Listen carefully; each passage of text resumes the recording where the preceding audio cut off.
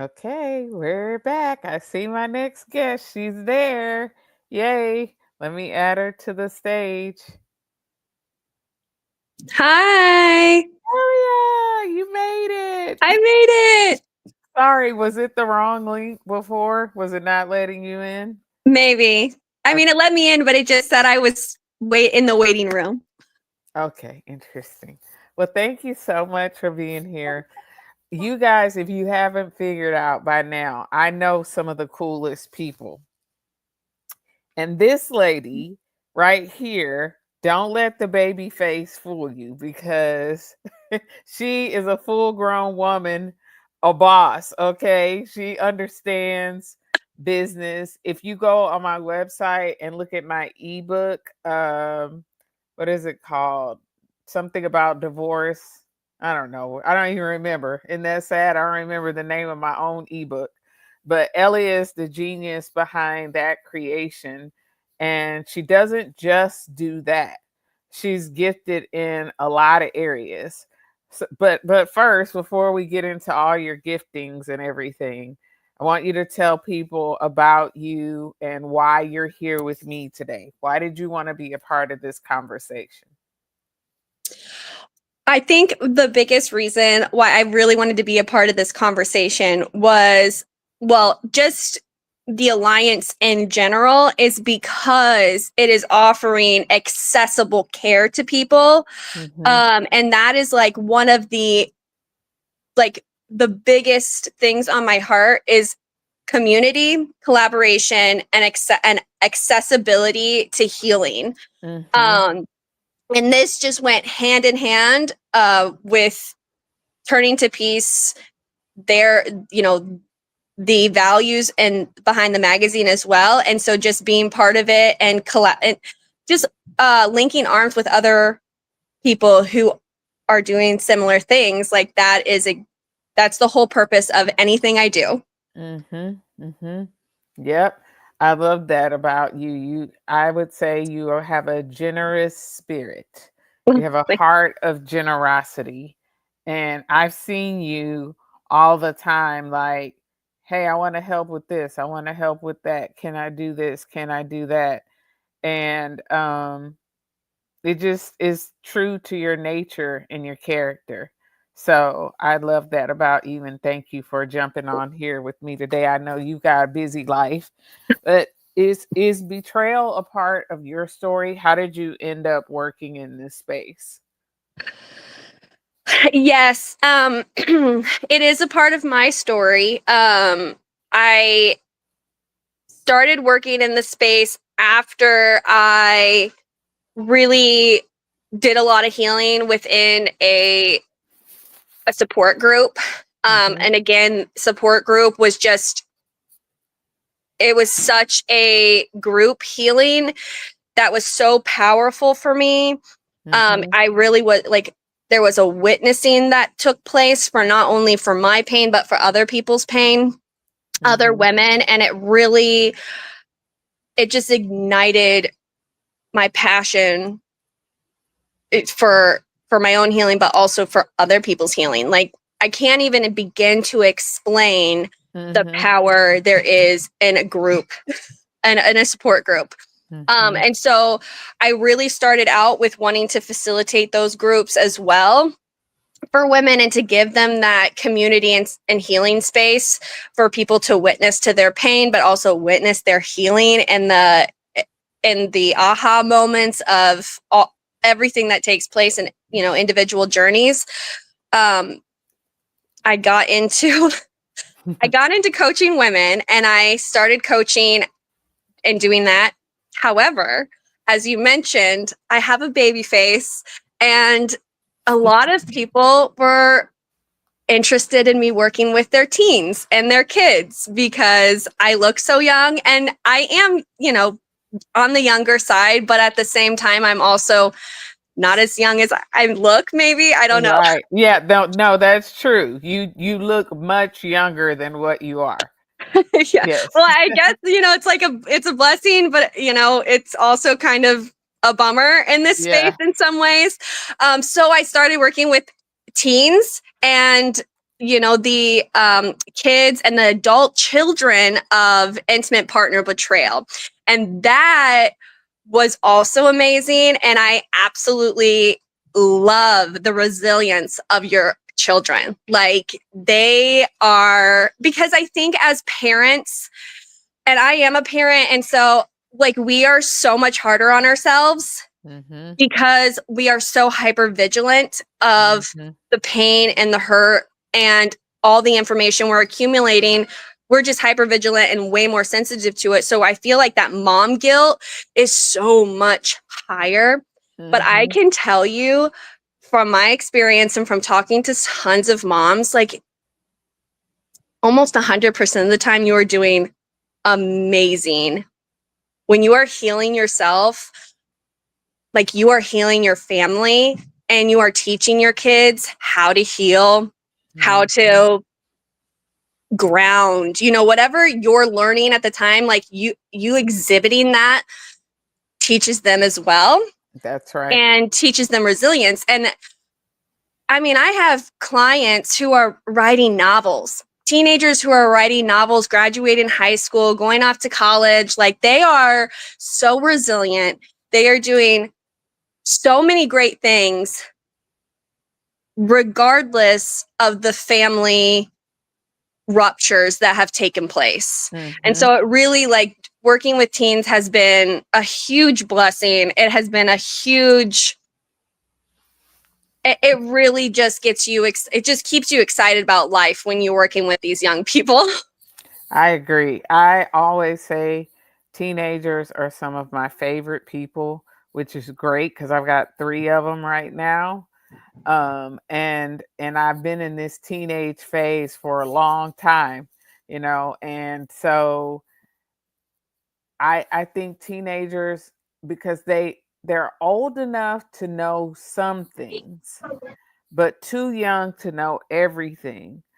And as they're individuating and figuring out who they are, especially in this generation, they didn't grow up like follow the rules.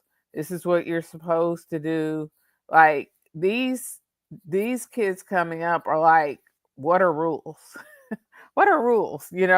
I set the rules, and some people see that as a bad thing. I see that as a great thing because that's how change happens. And you're one of the only people in this space. I know Jessica is doing families, but in terms of teens specifically, like you're one of the only people working in that area. Yeah, and I really enjoy it too. But when you're healing, when you're looking for your own personal healing, or you're paying for Mhm. your own personal healing, and Mhm. you're potentially paying for your partner's healing, and then you bring in healing for your kids, like it can be so overwhelming and so costly. So right back to that accessibility and trying to keep it as Mhm. doable as possible, Mhm. because everyone is worthy of care, right? Mhm. Like there Yes. is not a single person, not like regardless of socioeconomics, like you are worthy of care. Yes. Say it again. You are worthy of care.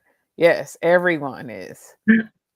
So what tell me what you do with teens when there's intimate partner betrayal in the family. What do the teens need? Talk to the parents who are listening to this. What do teens need that's often not considered? Okay, say that last part again. What do what? What do teens need? What do parents need to consider about what teen needs that often isn't thought of? Yeah. Well, I will say that it really is super individualized because of um the honestly, I see a lot of difference with birth order. Mhm. So like just depending on the birth order and the what what the teenager or the child is aware of, it varies, and so that kind of really depends. Mhm. um what teens really need help, what I think, parents, they don't want to talk to you. Mm-hmm. right? Like, and I know that's really hard, but they don't want to talk to you. And I think when they come into a session with me, they don't want to be talked at. They want to be empowered to be making their own decisions. But keep in mind, they're also terrified of making their own decisions. Mm-hmm. There's a lot of Most part. responsibility that comes with that. Right. So they're very much like, I want to do it. It's almost like kind of going back to toddlerhood where you're like, here's some choices, Mm-hmm. right? Like, Mm-hmm. here are some choices. What resonates with you? I think doing a lot of value work with teenagers is also very helpful, letting them kind of get an idea of where their identity is. And value work is a really good and like, it's a really good tool to use with teenagers because it really gives them like a list, like, oh, okay, if I figure out my values and I live out of these values, there's very little chance of doing it wrong, Mm-hmm. right? Because I know that I was staying true to myself. I wasn't succumbing to pressure. I Mm-hmm. wasn't, I can explain my reasoning behind it. Mm-hmm. Um, and so that's a very powerful piece for them that we work on in the coaching, but also like as a certified brain spotter, and you know this, the power of brain spotting Mm-hmm. is very helpful. And with teenagers, it really is quicker because there's just not so much baggage. Right. So they're really able to process, not necessarily like quickly, I don't know if a better word, but they're quicker to process kind of like the harder things because they don't have such a long history of Mm-hmm. like baggage. Mm-hmm. And they're very resilient. Mm-hmm. Yeah. Talk about brain spotting because that's something I haven't brought up today. What is brain spotting? Okay, so the way I like to explain brain spotting is that your brain is an office space with a bunch of filing cabinets and it is in complete disarray, right? Mm-hmm. And it is so overwhelming because your brain and your body is trying to process and get everything organized, but it's so chaotic and so disorganized that it just increases the it just you just feel overwhelmed, right? So with Mm-hmm. brain spotting, you tackle one cabinet at a time essentially and organizing the files. So you Mm-hmm. pick something out and you're like, okay, where does this go? Mm-hmm. Let's work on this.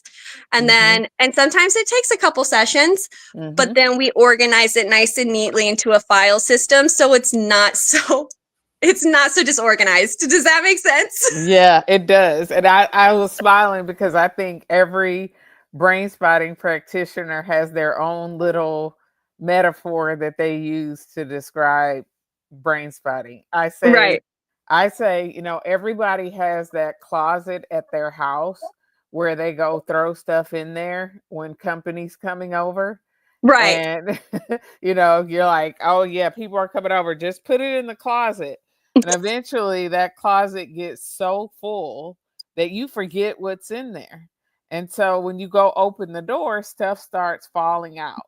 Right. And I conclude with the same thing, that what we're going to do is help you sort through all the stuff in the closet and decide what you want to keep, what needs to go away, what needs to be put somewhere else.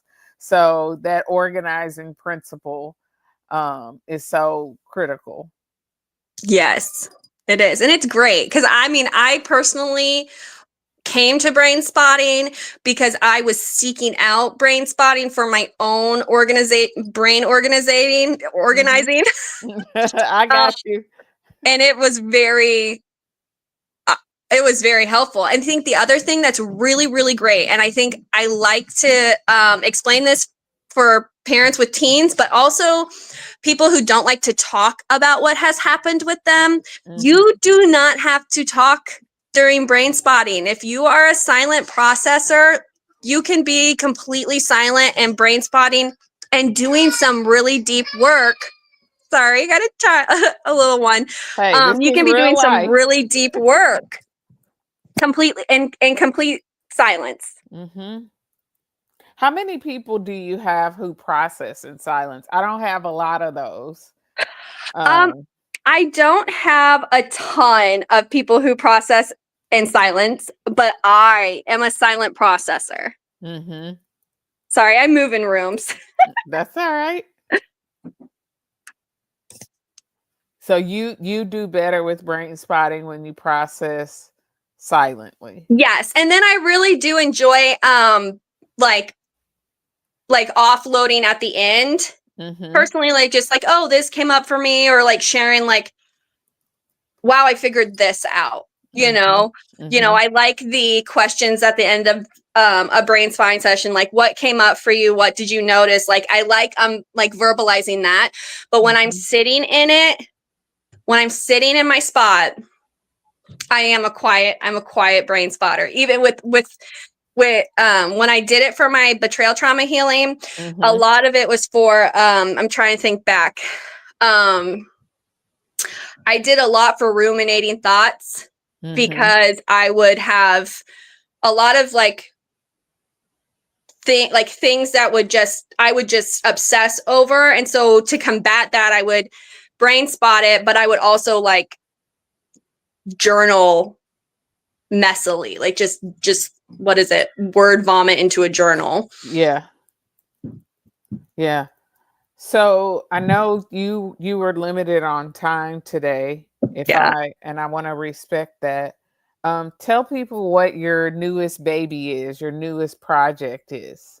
Okay, so I we have created, the betrayal trauma community has created a betrayal trauma digital magazine membership. So essentially every month a digital magazine comes out full of resources, um, professional submissions, and we have workshops that we do every month.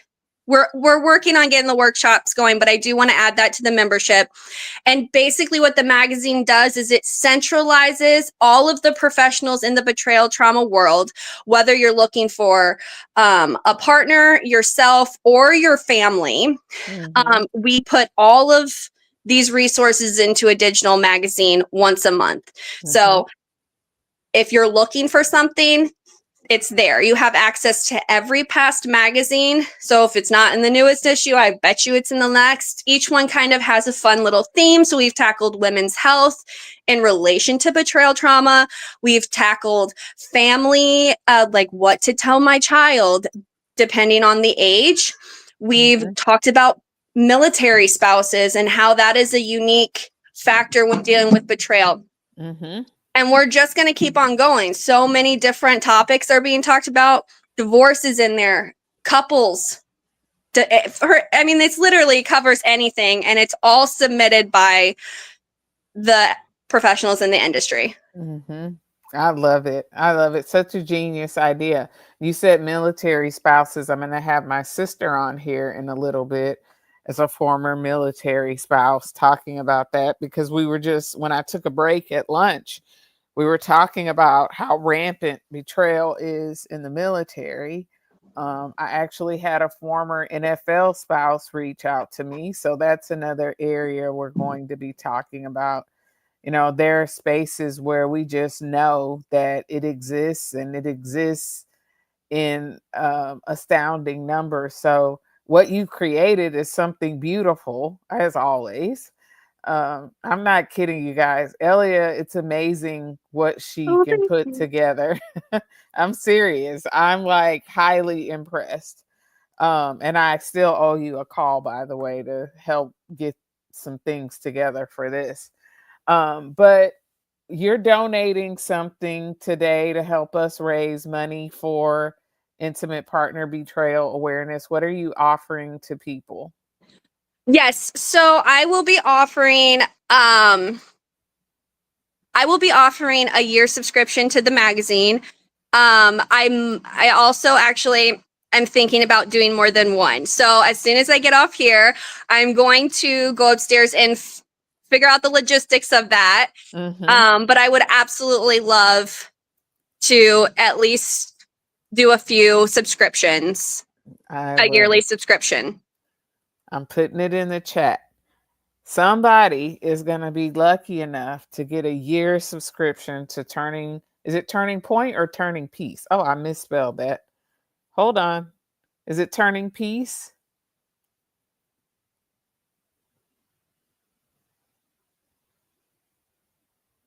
Can you hear me? Oh, sorry. What did you say? What's the name of the magazine? I put it wrong in the chat. Oh, it's okay. Just do ttpmagazine.org. Okay. To TTP magazine.org. Okay.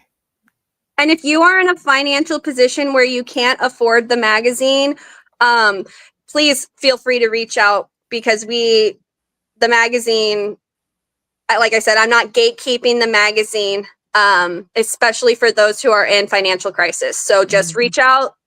Let me say I'm in financial crisis, and we will get you on a separate email list where the magazine goes out once a month. That's awesome. How do people reach you? They can reach me through the website. Okay. Go to ttpmagazine.org. I put it in the chat. Um, Elia is, let me think, what's the word I would use to describe you? I know. You bring beauty from ashes. Oh, thank you. That was so That nice. A that's phoenix. you. No, really. It's like I remember when you were helping me with the ebook. You're like, just give me the stuff, right? I could have given you balled up pieces of paper and and you pull it together and just make something beautiful out of it. And I think that's just true with everything that you put your hands to do. So, thank you for being willing to be here today. If you guys have teens, and this is something people reach out about all the time. How do I get support for my kids? Here it is, right? They're going to think she's one of them unless they hear her kids in the background. But Right. otherwise, they're going to think she's Usually one. in the meetings, they're just here for lunch right now. Yeah, yeah. So reach out to Elia, ttpmagazine.org. She's donating a couple of subscriptions for some lucky winners. And while I was on lunch, I have my sister here helping me. And what I am doing is putting a list together of all the stuff that people are donating to this cause. And what I'm probably going to do is go live again another day and just get people to donate and go through all the resources that we have to offer.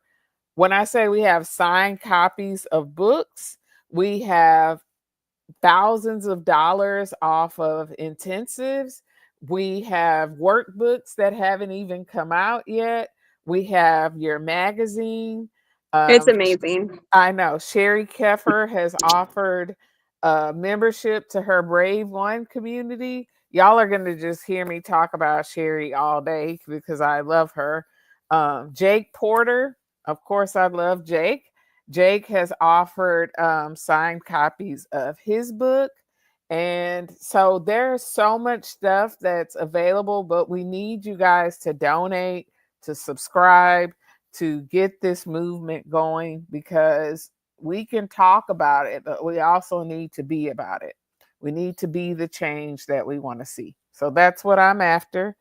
Thank you very much, Elia. Keep Thank doing you. what you're doing. You always have me cheering in the back for you. Well, thank you. Yeah. Bye, everyone. All right. Bye. See ya.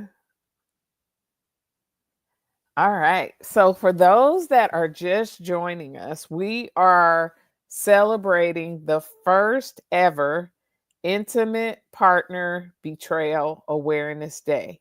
This day has never existed, although it's something that's been in my heart since the discovery of betrayal in my own story 11 years ago. I remember saying, why don't we have a day to honor betrayed partners? Why don't we have something like that out there? And I thought I had to go through this long legal process to establish such a day, but it turns out that all you have to do is say, this is the day. And so for the last couple of months, I've been working feverishly to get this day off the ground, not knowing that the story with the astronomer CEO was going to break so close to this awareness day. So that makes this really relevant for a lot of people who it wasn't relevant for before. This makes this really close to home because everybody, millions and millions of people, saw in real life what it's like when people engage in affairs or infidelity and the result and the fallout of that. So he has since resigned and no longer has his job. Christy or Kristen Cabot, I can't remember her name. She also has resigned. We don't know what's going on with their partners.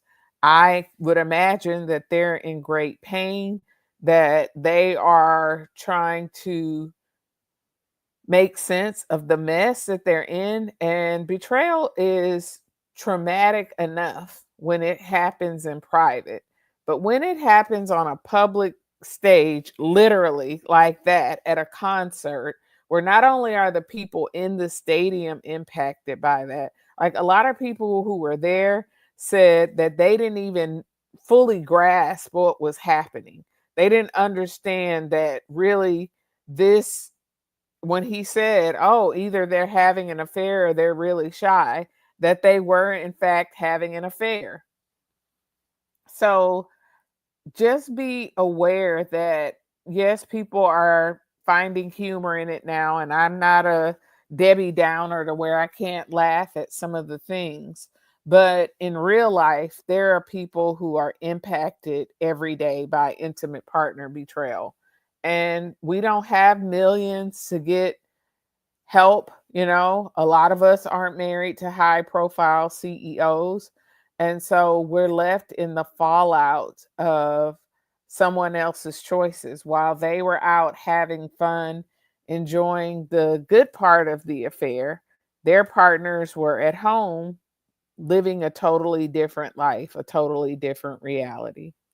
At the discovery of betrayal in my own relationship, I said, I thought me and my partner were a team. I thought we were playing the same game in order to win at the goals that we had set, to create a different legacy for our children, to build a life together, to create something that we could pass down and pass down and pass down. So I thought that's the game we were playing, working towards success.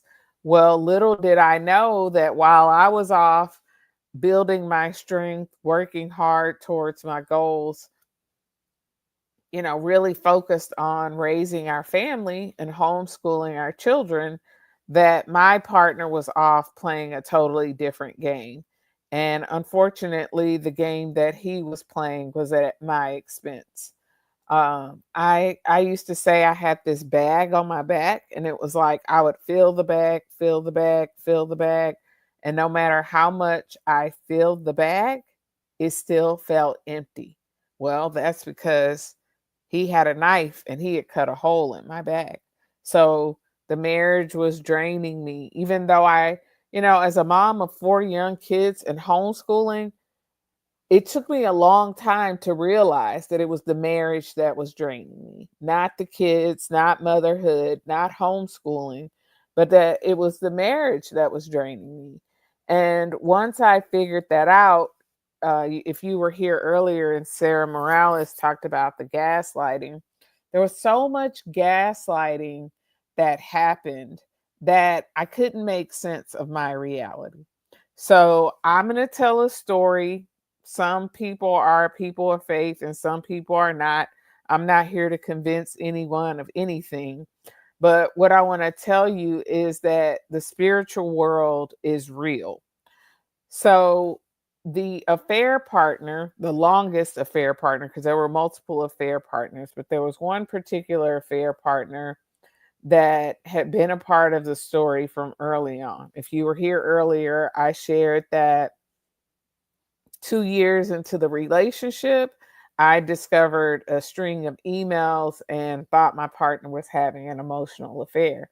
We went to counseling for that. And, I was blamed, told that I needed to be more available, have more sex, travel with him, and that would basically solve the problem.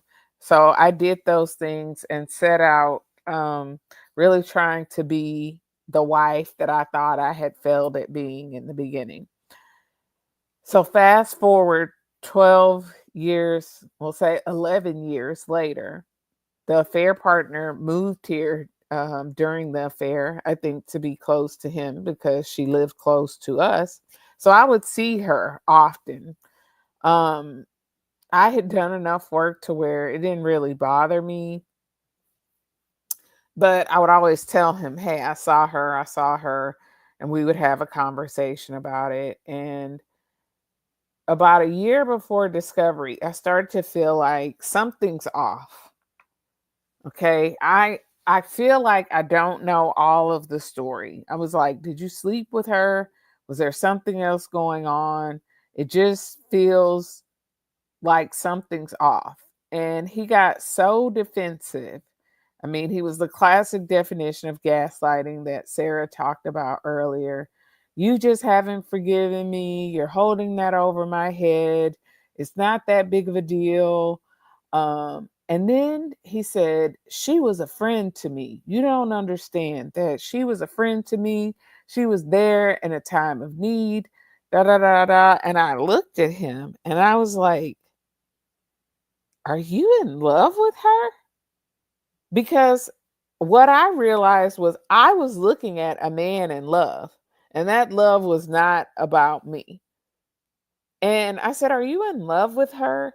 He was like, "What are you talking about? You're again gaslighting me. You're always making something out of nothing." So we went back and forth. That was May of 2013. We went back and forth. Me, okay, something's up. I don't know. I was worn out by September. He had worn me down, the gaslighting. So I said, maybe it is just me. Maybe I am making this up, making something out of nothing, and I really just need to let it go. So fast forward to, oh no, I'm mixing this up. Okay. So important point. We used to work together. The affair partner, my ex partner, and I all worked for the same company. And there was a particular boss that he had. And I said, man, I really liked that boss. I really liked him. He was a good guy. He was a guy of integrity. I wish you could work with him again. And this is one night we're having this conversation. Well, the very next day, I run into this guy. And this is why I say you don't have to believe in God, but I don't believe in coincidence. And it was no coincidence that I am seeing this guy. So I'm very aware of this. And I'm like, why am I seeing you? Why am I seeing you? And he says, I don't know. And I said, okay, I just last night, I just said, I wish my partner could work for you again. Now, at this point, this boss is working for the company that the affair partner works at. They have moved on. And I said, he says, I work for such and such, her name. And I was like, oh, yeah, I knew that. And he said, yeah, she asked your husband to come and work for her, but he said no, he would only work for me. Now, mind you, I just asked my partner if he had had any conversation with her. And he said, nope, nope, nope. That's when he went on the you're, being unforgiving. But I'm like, he goes, she asked him to work for her. And he said no. And I just laughed. I was like, oh, yeah, I know. He's like, yeah, I don't know what that's about. But, if he changes his mind, let me know. And I said, okay. Walked away, immediately called my partner. And I'm like, what the hell? You are lying to me. I know because I just saw this person. He told me that she talked to you. She asked you to come work for her. And you said no. And he said, you're blowing this out of proportion. She texted me one time. I immediately told her no. That's the only conversation I've had with her. So that's how I realized the more questions I ask, I'm like, this is a man in love and not with me. But I had no evidence. I didn't have anything other than myself. And that's what Sarah was talking about. If you missed Sarah Morales earlier talking about gaslighting, what she said at the heart of healing is being able to trust yourself. So I was like, maybe I am making too much out of this. So that was May. By September, I was worn down, but still not feeling safe. I went through a healing process with my church. And when I went to this thing with my church, it was like I got new glasses. I had never seen my partner as selfish or inconsiderate because I was never a person that was considered. So for us to be inconsidered or unconsidered, whatever the word is, it wasn't odd to me. It just felt normal. Right. And so when I start realizing, wow, this person's really selfish and they're not considering me. And I don't feel good about this. My church did a fast. And during the fast, the fast was only supposed to be for like 21 days, I think. Well, during the end of fast, I get this real kind of nudge that God's telling me I need to go longer. And I'm like, go longer? I mean, this was a hard fast. It was at the start of the year. If anybody knows what the Daniel fast is, that's what we were doing. And I was like, I don't want to go more. I don't want to keep going. We started this fast in January. It was now February. And towards the end of that fast, those extra days that I went, I could hear God very clearly saying to me, he's lying. He's not telling the truth. Now, what he was lying about, I had no idea. I would soon find out. And what it turned out was at the end of the fast, I said to him, okay, it is very clear to me that you are lying because God's telling me that you're lying. Either you're lying or God's lying. And I know God's not lying. So I need you to come clean. Did you sleep with her 12 years ago? I'm I'm still not able to process that maybe this had been going on the whole time.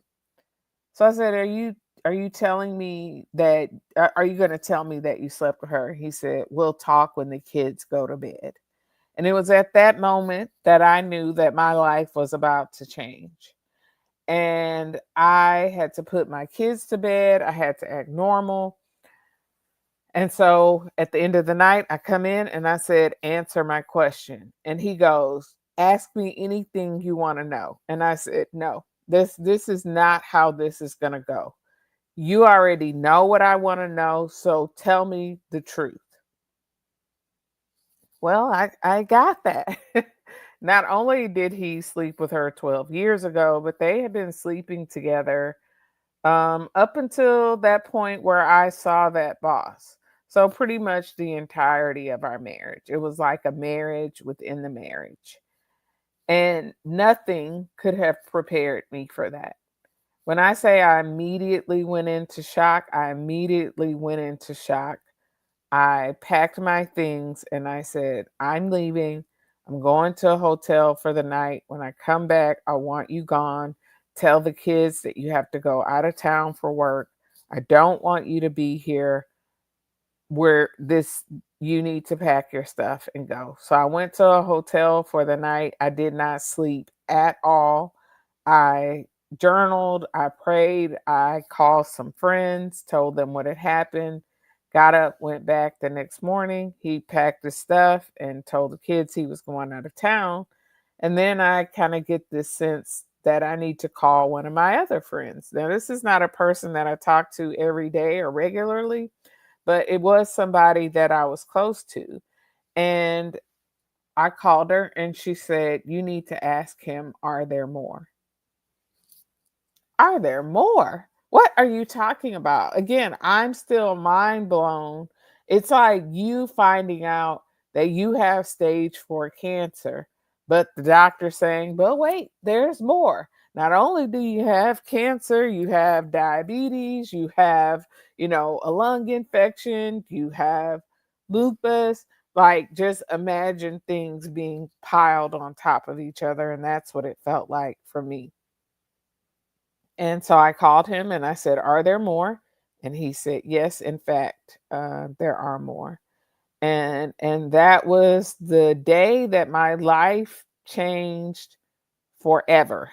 And when I say forever, forever, nothing has been the same since then. And so that's why I'm here today. That's why I'm passionate about intimate partner betrayal awareness, because betrayal is a thief.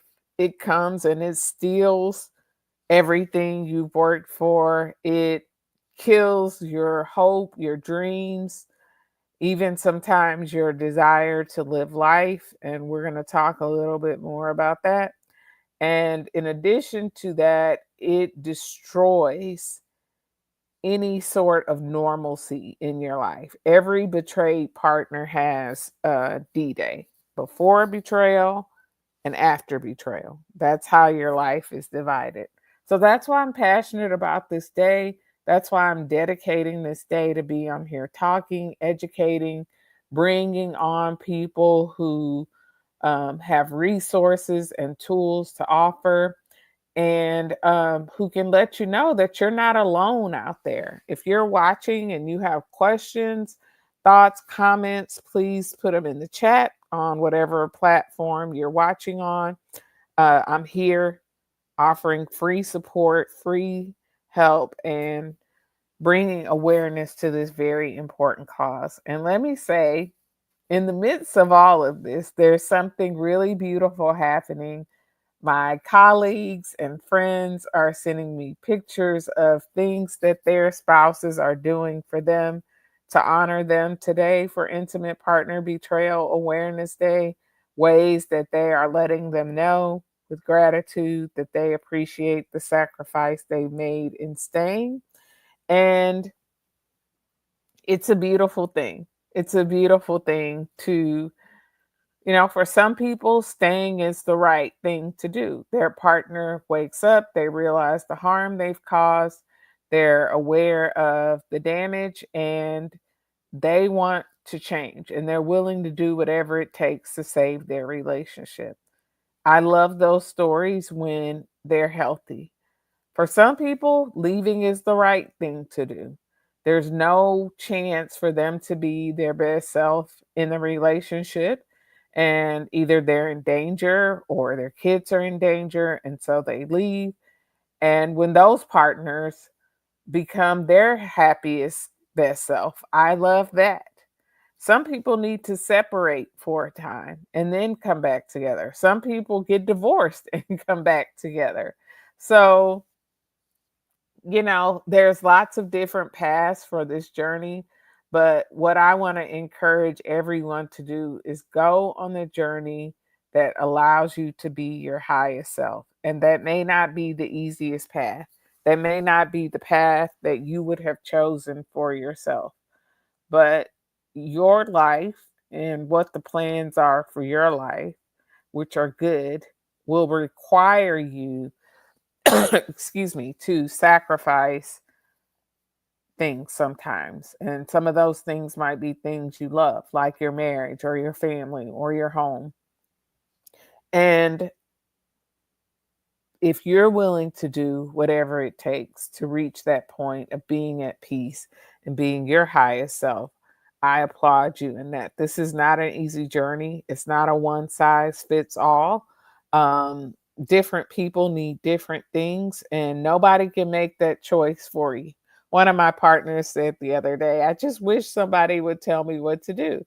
And I said, well, somebody can tell you what to do, and it's not going to give you peace, because peace only comes when we are in alignment with ourselves. Like I was talking about with Sarah, when there's a resonance around being in alignment with your values and who you're created to be. And when you operate from that place, there's a resonance. And no one can give you that. That is a path that you have to go on for yourself. So nobody can tell you what to do, because then it wouldn't be coming from inside of you. And at the heart of healing trauma is giving people a choice. The choice was taken away, and part of allowing people to choose for themselves is letting them make that choice. So we want people to heal. We want people to be better. We want people to find freedom. And that's why every choice has to be your own. I'm going to take a quick break and come back at 2 o'clock. I'm not even going to shut this stream down, because we're going to come right back here. So if you want to stay on and be a part of the live, the next conversation that we're going to have is about military spouses and intimate partner betrayal in the military setting. So if you want to be a part of that conversation, stay here and we'll be back in just a few minutes.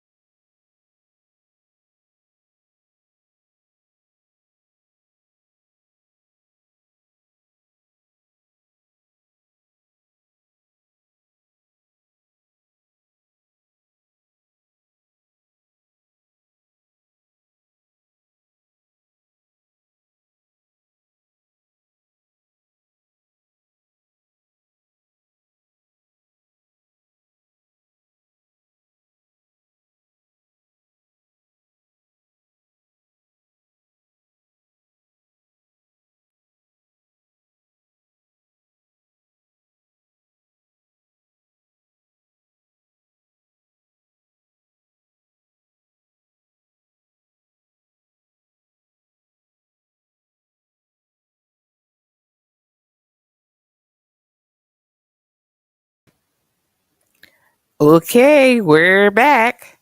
Now, I know you might think that you're seeing double, but you're not. This is my sister, not twin, although people think we are twins. We're not. We're not. We're sisters. 2 years apart. 2 years apart, a year and 9 months to be exact. So, not even 2 years. If you're like, man, they really look alike, that's because we're a year and 9 months apart. Okay, so this is my sister in a lot of ways. She's my sister by birth, she's my sister by sorority, Hmm.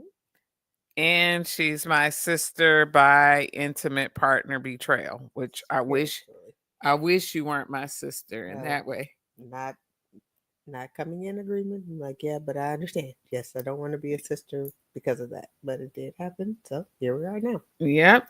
And what I always say about betrayal is it's the club nobody joins voluntarily. Everyone who is a partner who experiences intimate partner betrayal is here against their will. Nobody says, yes, you can cheat on me. Yes, you can betray my trust. Yes, you can deceive me. It is something that happens to you, and the choice you have in that then is what you do after that. And I just told my sister yesterday that I am so proud of her for what she has chosen to do after betrayal. So, Demetria is her name. This is my sister, Demetria. Demetria. Hmm. Everyone knows me as Meat. Yeah, I wasn't going to say that, but I'm like, let me help you out just a little bit because so many times people are like, Meat. I'm like, that's not my government utilized name, but we will use it today to make it easier to communicate and proceed. So, yeah. So, Demetria is a former military spouse. And I was saying earlier that in the military, we know these stories are rampant of people being cheated on because you have families that are separated, you have stressful situations, you have space and opportunity, as we might say. mhm, And so Demetria was married for almost 20 years. 21 years. Almost 21 years. And let's just talk a little bit about your D-Day. I don't even know if I know this story. So this is going to be like breaking news. D-Day is that day you discover that your partner is betraying you. Correct. So tell us a little bit about what life was like before that, and then Okay. Having been married to a senior spouse, which is military term, a lot of it comes with you're supporting your soldier. So in that, it's really not about you. It's about making him happy, making him whole, making him function better in his position, whatever that is. Because he travels so much, I chose to stay at home with the kids because we had four boys cumulatively. I gave birth to two, and he already had two, which I raised everyone as one big happy family because the oldest graduated from high school here in Houston. The second one came to Houston every summer, and so when all this started, he was 5. Then I had a baby, and then another baby. So at one point, I had 3 kids under the age of 7 at the same time and a traveling spouse. Which, in that, I'm like, oh, that's military life. Something I never in a million years would have ever thought I would be. I had to learn the ranks and what's officer versus enlisted because those are things we yeah, learn. it's a different language. It's a different world. And no one in our family is, I mean, well, a lot of people are in the military, but no one that we talked to frequently or closely Mhm. was directly related to the military. So Mhm. everything was, not only was I learning to be a mom, a stepmom, I'm now also learning how to operate in the military and be married simultaneously. So it was a lot, but we survived through that. Our first couple of years, Hurricane Katrina happened. So his mom, his son, and his niece all came to live with us in our two-bedroom apartment because we were having a house built. And in the midst of all that, um, it was a lot of moments where I was like, yeah, no, this isn't what I signed up for. So, um, because you have a child, it's not something you just can rewind, press play, and act like, oh, it's okay, no big deal. So, in suffering or sucking it up, mostly comes from me, the spouse, whereas the soldier, who was my husband, created to flourish. And but he also had duplicity of jobs because he was in the reserves. So he was an attorney by in the civil corporate landscape, and then also in the military he was civil affairs, which was another branch of the military itself.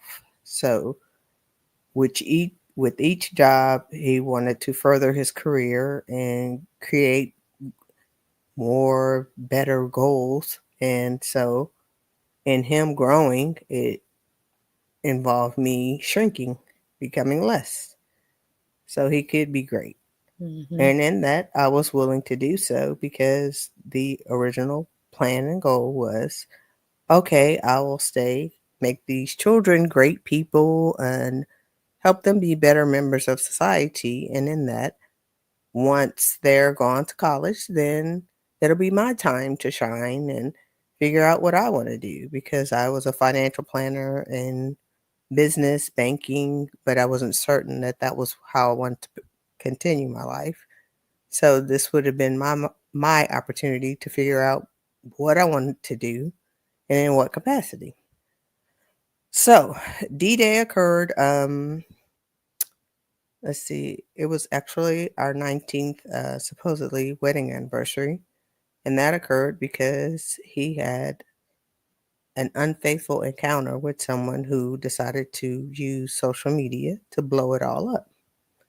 And because the social media, his board of directors, everyone got involved, they told him he had to tell me.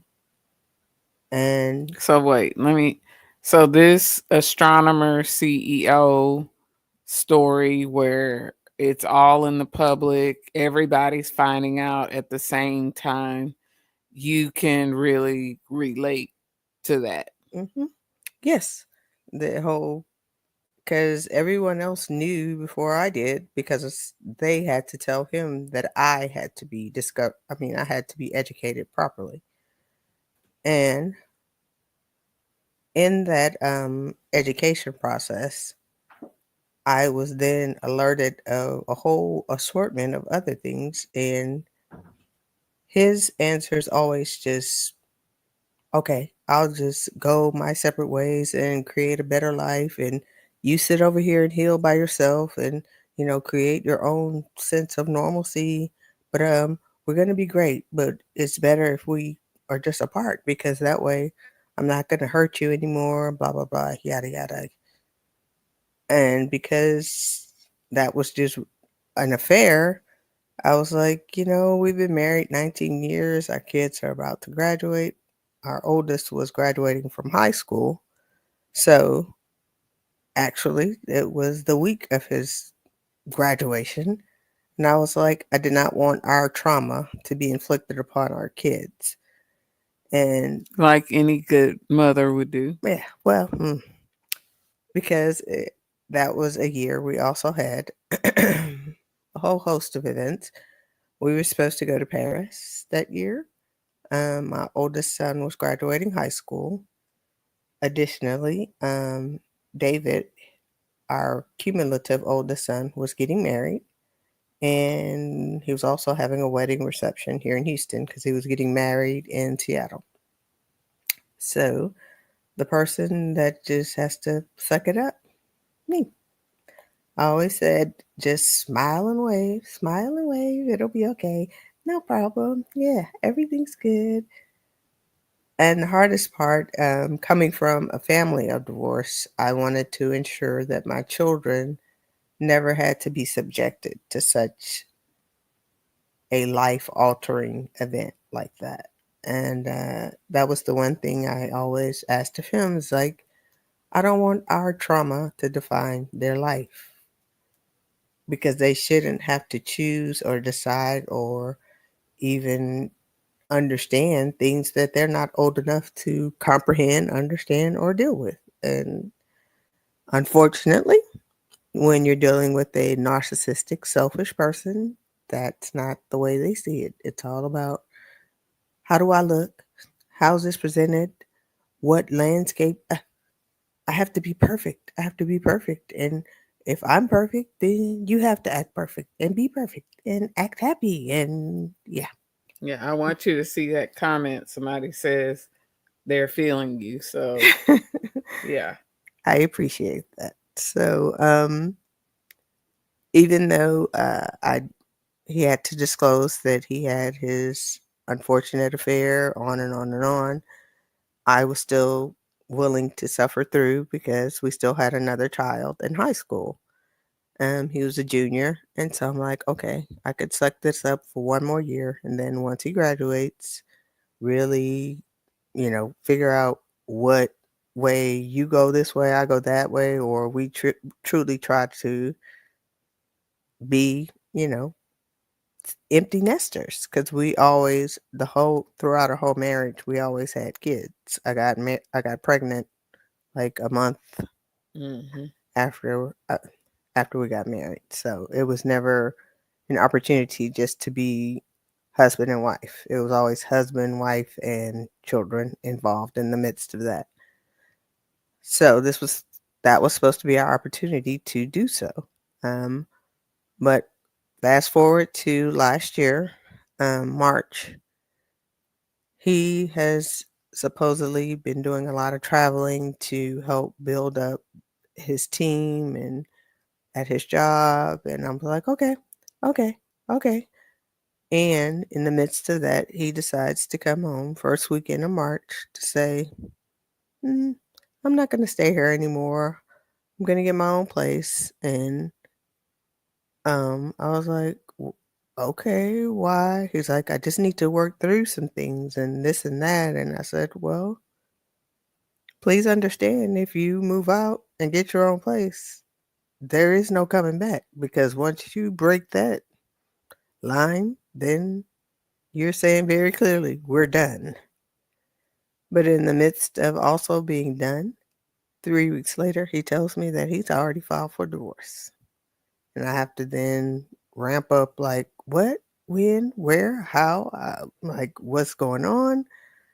Um, one son was in college, the other one was still in high school. And so to create the best sense of normalcy for him, I'm just trying to.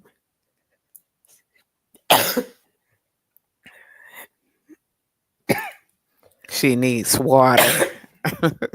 I asked her before we got on here if she needed to get water. I still. Okay, let's give her a break to go get some water. She'll be right back. One of the things that Demetria mentioned that I want to point out is that we come from a family of divorce. Our parents are divorced due to betrayal. And so growing up in that environment, you are very conscious of how you raise your kids and what you want for your kids when you've watched your one parent struggle. We're six siblings. Our oldest sister has passed away.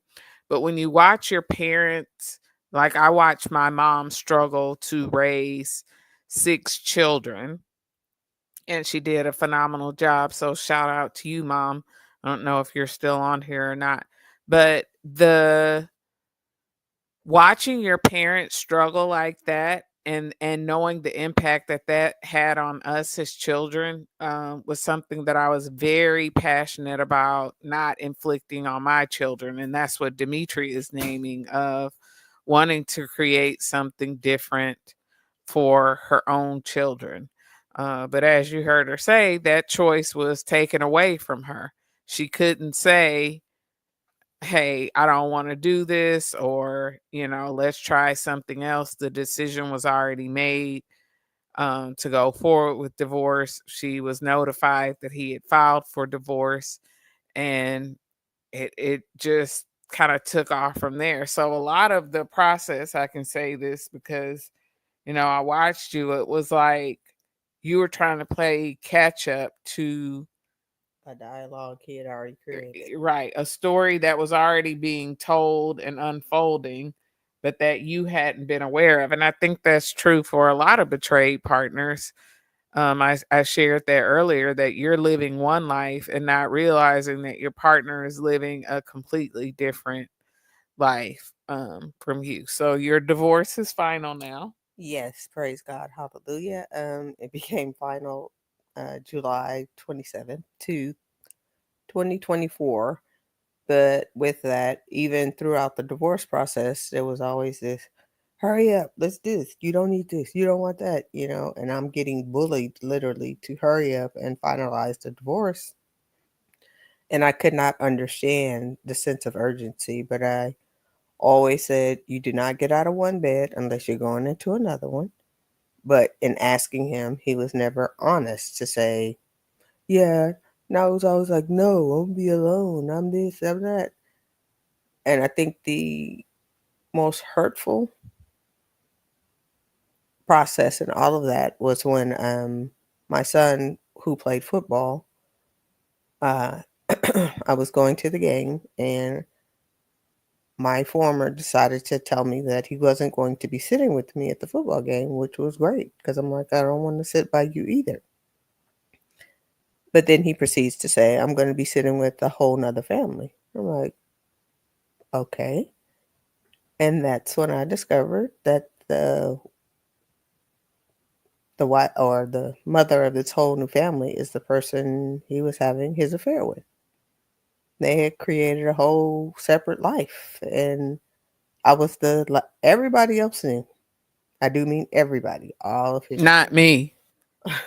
Not me.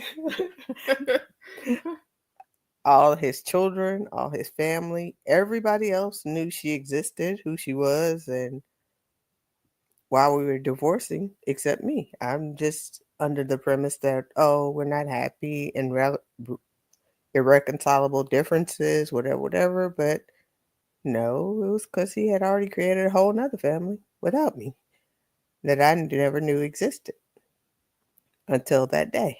Mm-hmm. So I am sitting in the stands at the game, and I fortunately had two friends to come sit with me, or else I would have been sitting by myself. And he's still in those same stands, a little higher up or wherever, with his new, now she's his wife, because they got married like 3 weeks ago, um, that I never even knew existed. Mm. So, in addition to dealing with the trauma, betrayal, everything else that comes with divorce and a unfaithful spouse, the abandonment, all of that, now I'm getting slapped, for lack of a better term, with Mm-hmm. this truth of this person and her existence amidst my supposed existence as his wife. So there was some duplicity of acts being portrayed by both of us in different capacities, and he obviously chose her.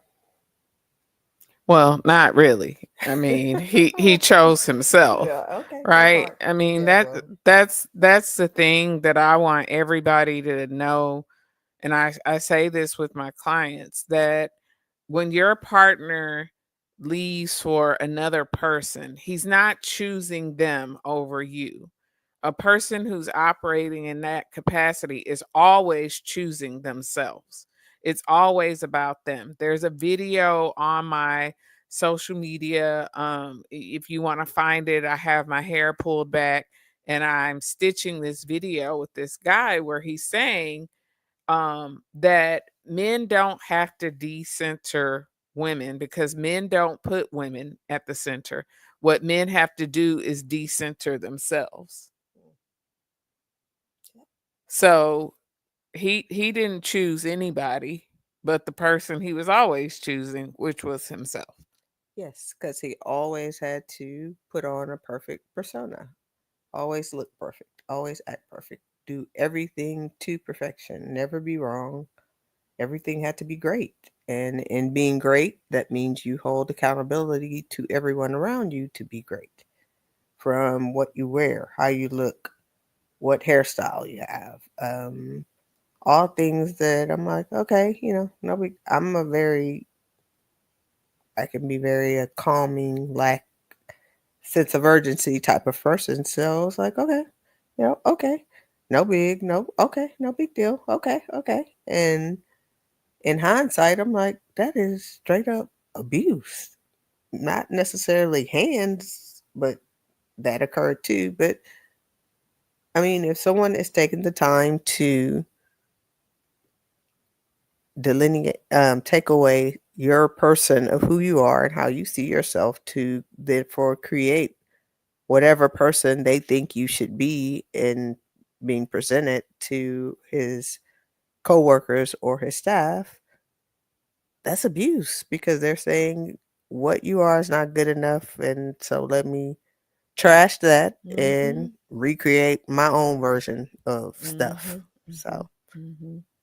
but because I didn't know any of the other things were going on, I was always just like, okay, you know, but as a woman, you know when something's not right. You don't know what's going That's on. right.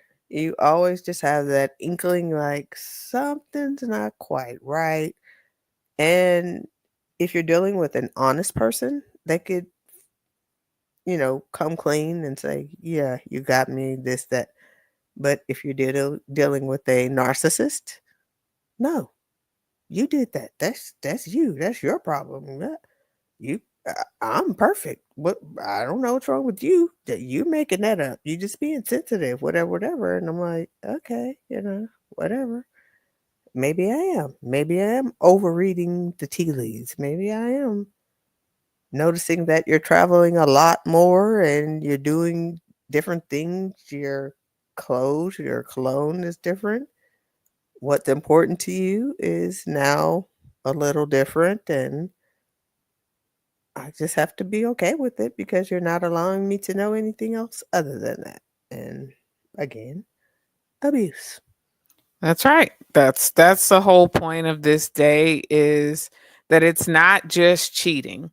I said earlier and I'll say it again and again that our society loves to minimize the grief associated with betrayal because it makes everybody else feel better. If you just move on, if you just get in another relationship, if you just stop talking about it, and it's like the sooner you get on with it, the less they have to feel the grief that's associated with betrayal. But when there's the discard, which is what it's called, when there's abandonment, which is also a part of my story, and like I said, I don't want to be your sister in this. I don't, Well, thanks for this, sharing, but yeah. no, we didn't have to share that.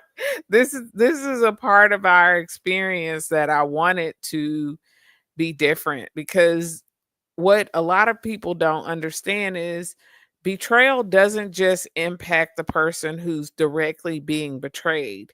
There's a betrayal of the extended family unit, mom, dad, nieces, nephews, grandchildren, because everyone is living in this false reality. Everyone is trapped in this scenario that's not real. And so, of course, the spouse is the one experiencing betrayal trauma to the highest degree, but everyone involved is also experiencing betrayal trauma because I think about you saying the kids knew, like, what a burden to have to keep that secret. Yes, he empowered himself and his new spouse to go on a, what is it? They went to Mexico or somewhere. And in my understanding, it was just him and the boys. But in truth, it was the new spouse and her two daughters, whom unfortunately my boys already knew through one went to the same school, two through Jack and Jill. And with that, I'm having no knowledge of anything because no one has ever told me. And everything I had to find out, I'd had to just find out. No one ever just sat down and said, hey, this is what's going on. I'm dating this person. This person has these amount of kids, and this is what we're doing. And most importantly, yeah, I'm going to include our boys in this buffoonery as well. And you just have to be okay with it. But I can't be okay with what I don't know. And I Mhm, did not know. mhm, And even to this day, I'm still figuring out things and going, what the, why? And I think that's the most damaging aspect of all of this is I have to question who am I and who was I and who do I want to be, because having stayed at home to raise the boys for 17 years and not being gainfully employed, now I'm having to figure out what form of employment I want to have. How do I want to live? Where do I want to live? Who do I want to be around? Because any friend or coworker of his became my friend or coworker. So outside of my direct family or friends I already had before, I had really nothing or nobody because everyone that was affiliated with him distanced themselves from me. mhm, And I think that hurts as well. In addition to all the other trauma, finding somewhere to live, who to be, and who to be around, you feel like you are so alone because not that you're physically alone, but you don't feel that anything that you thought was normal or your routine is mhm, anywhere close to the same, and you don't know who to trust mhm, because I'm not certain what dialogue he may have shared with them as to why we're getting or got divorced. I probably was portrayed as a crazy. It doesn't matter how it's portrayed, but at mhm. this point, he is where he is, and I am where I am, and here we are today. Yeah, and look at where you are. I mean, a year ago, you couldn't have imagined at all No.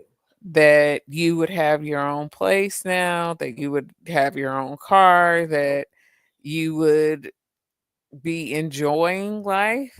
Y'all, look at my sister. Isn't she beautiful? See, that's the thing. You can't take away the goodness on the inside. You might be covered in dirt from the fire, you might be covered in soot for a little bit, but eventually, who you are is always going to rise to the surface. And I literally just told my sister yesterday that I am so proud of her for rising to the surface, that because she had a choice. Something she hasn't named is she has an autoimmune disorder, multiple sclerosis.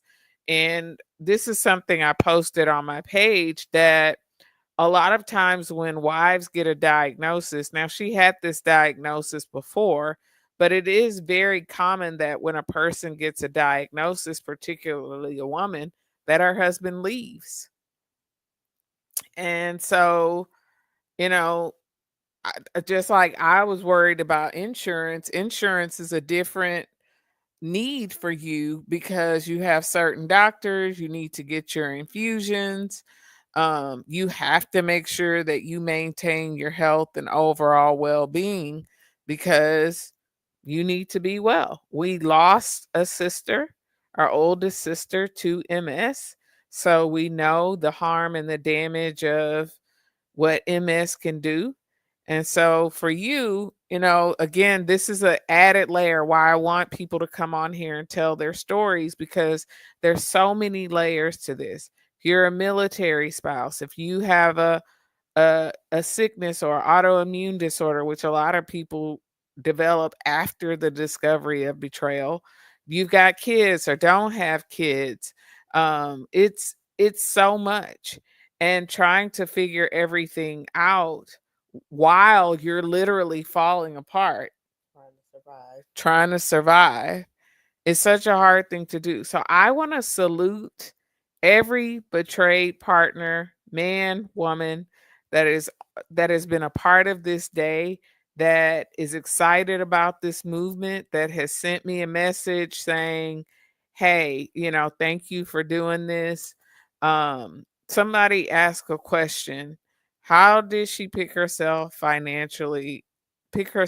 financially after divorce? It's hard for women to gain skills and get a job after being a housewife. So I'm going to let her answer that, but I'm going to answer that as well because I shared that that was a part of my story. I was a stay-at-home mom, homeschool mom for 14 years, and when I told my children's father we were separated, that he could not come back to the house, he said, "Well, I can't support two households.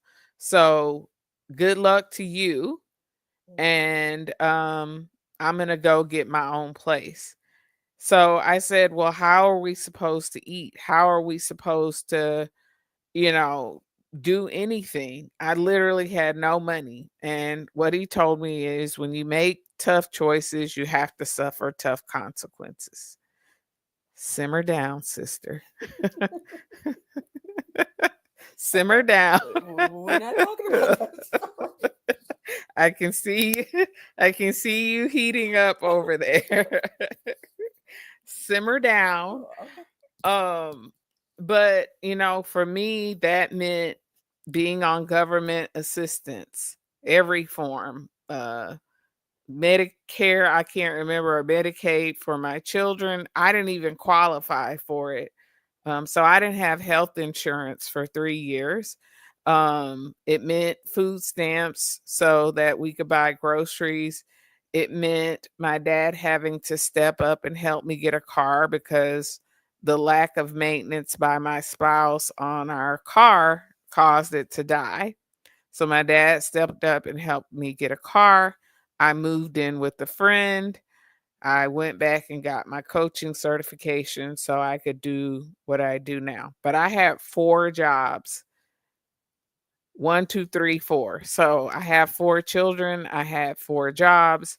But my children's one ask was that um, they could still be homeschooled.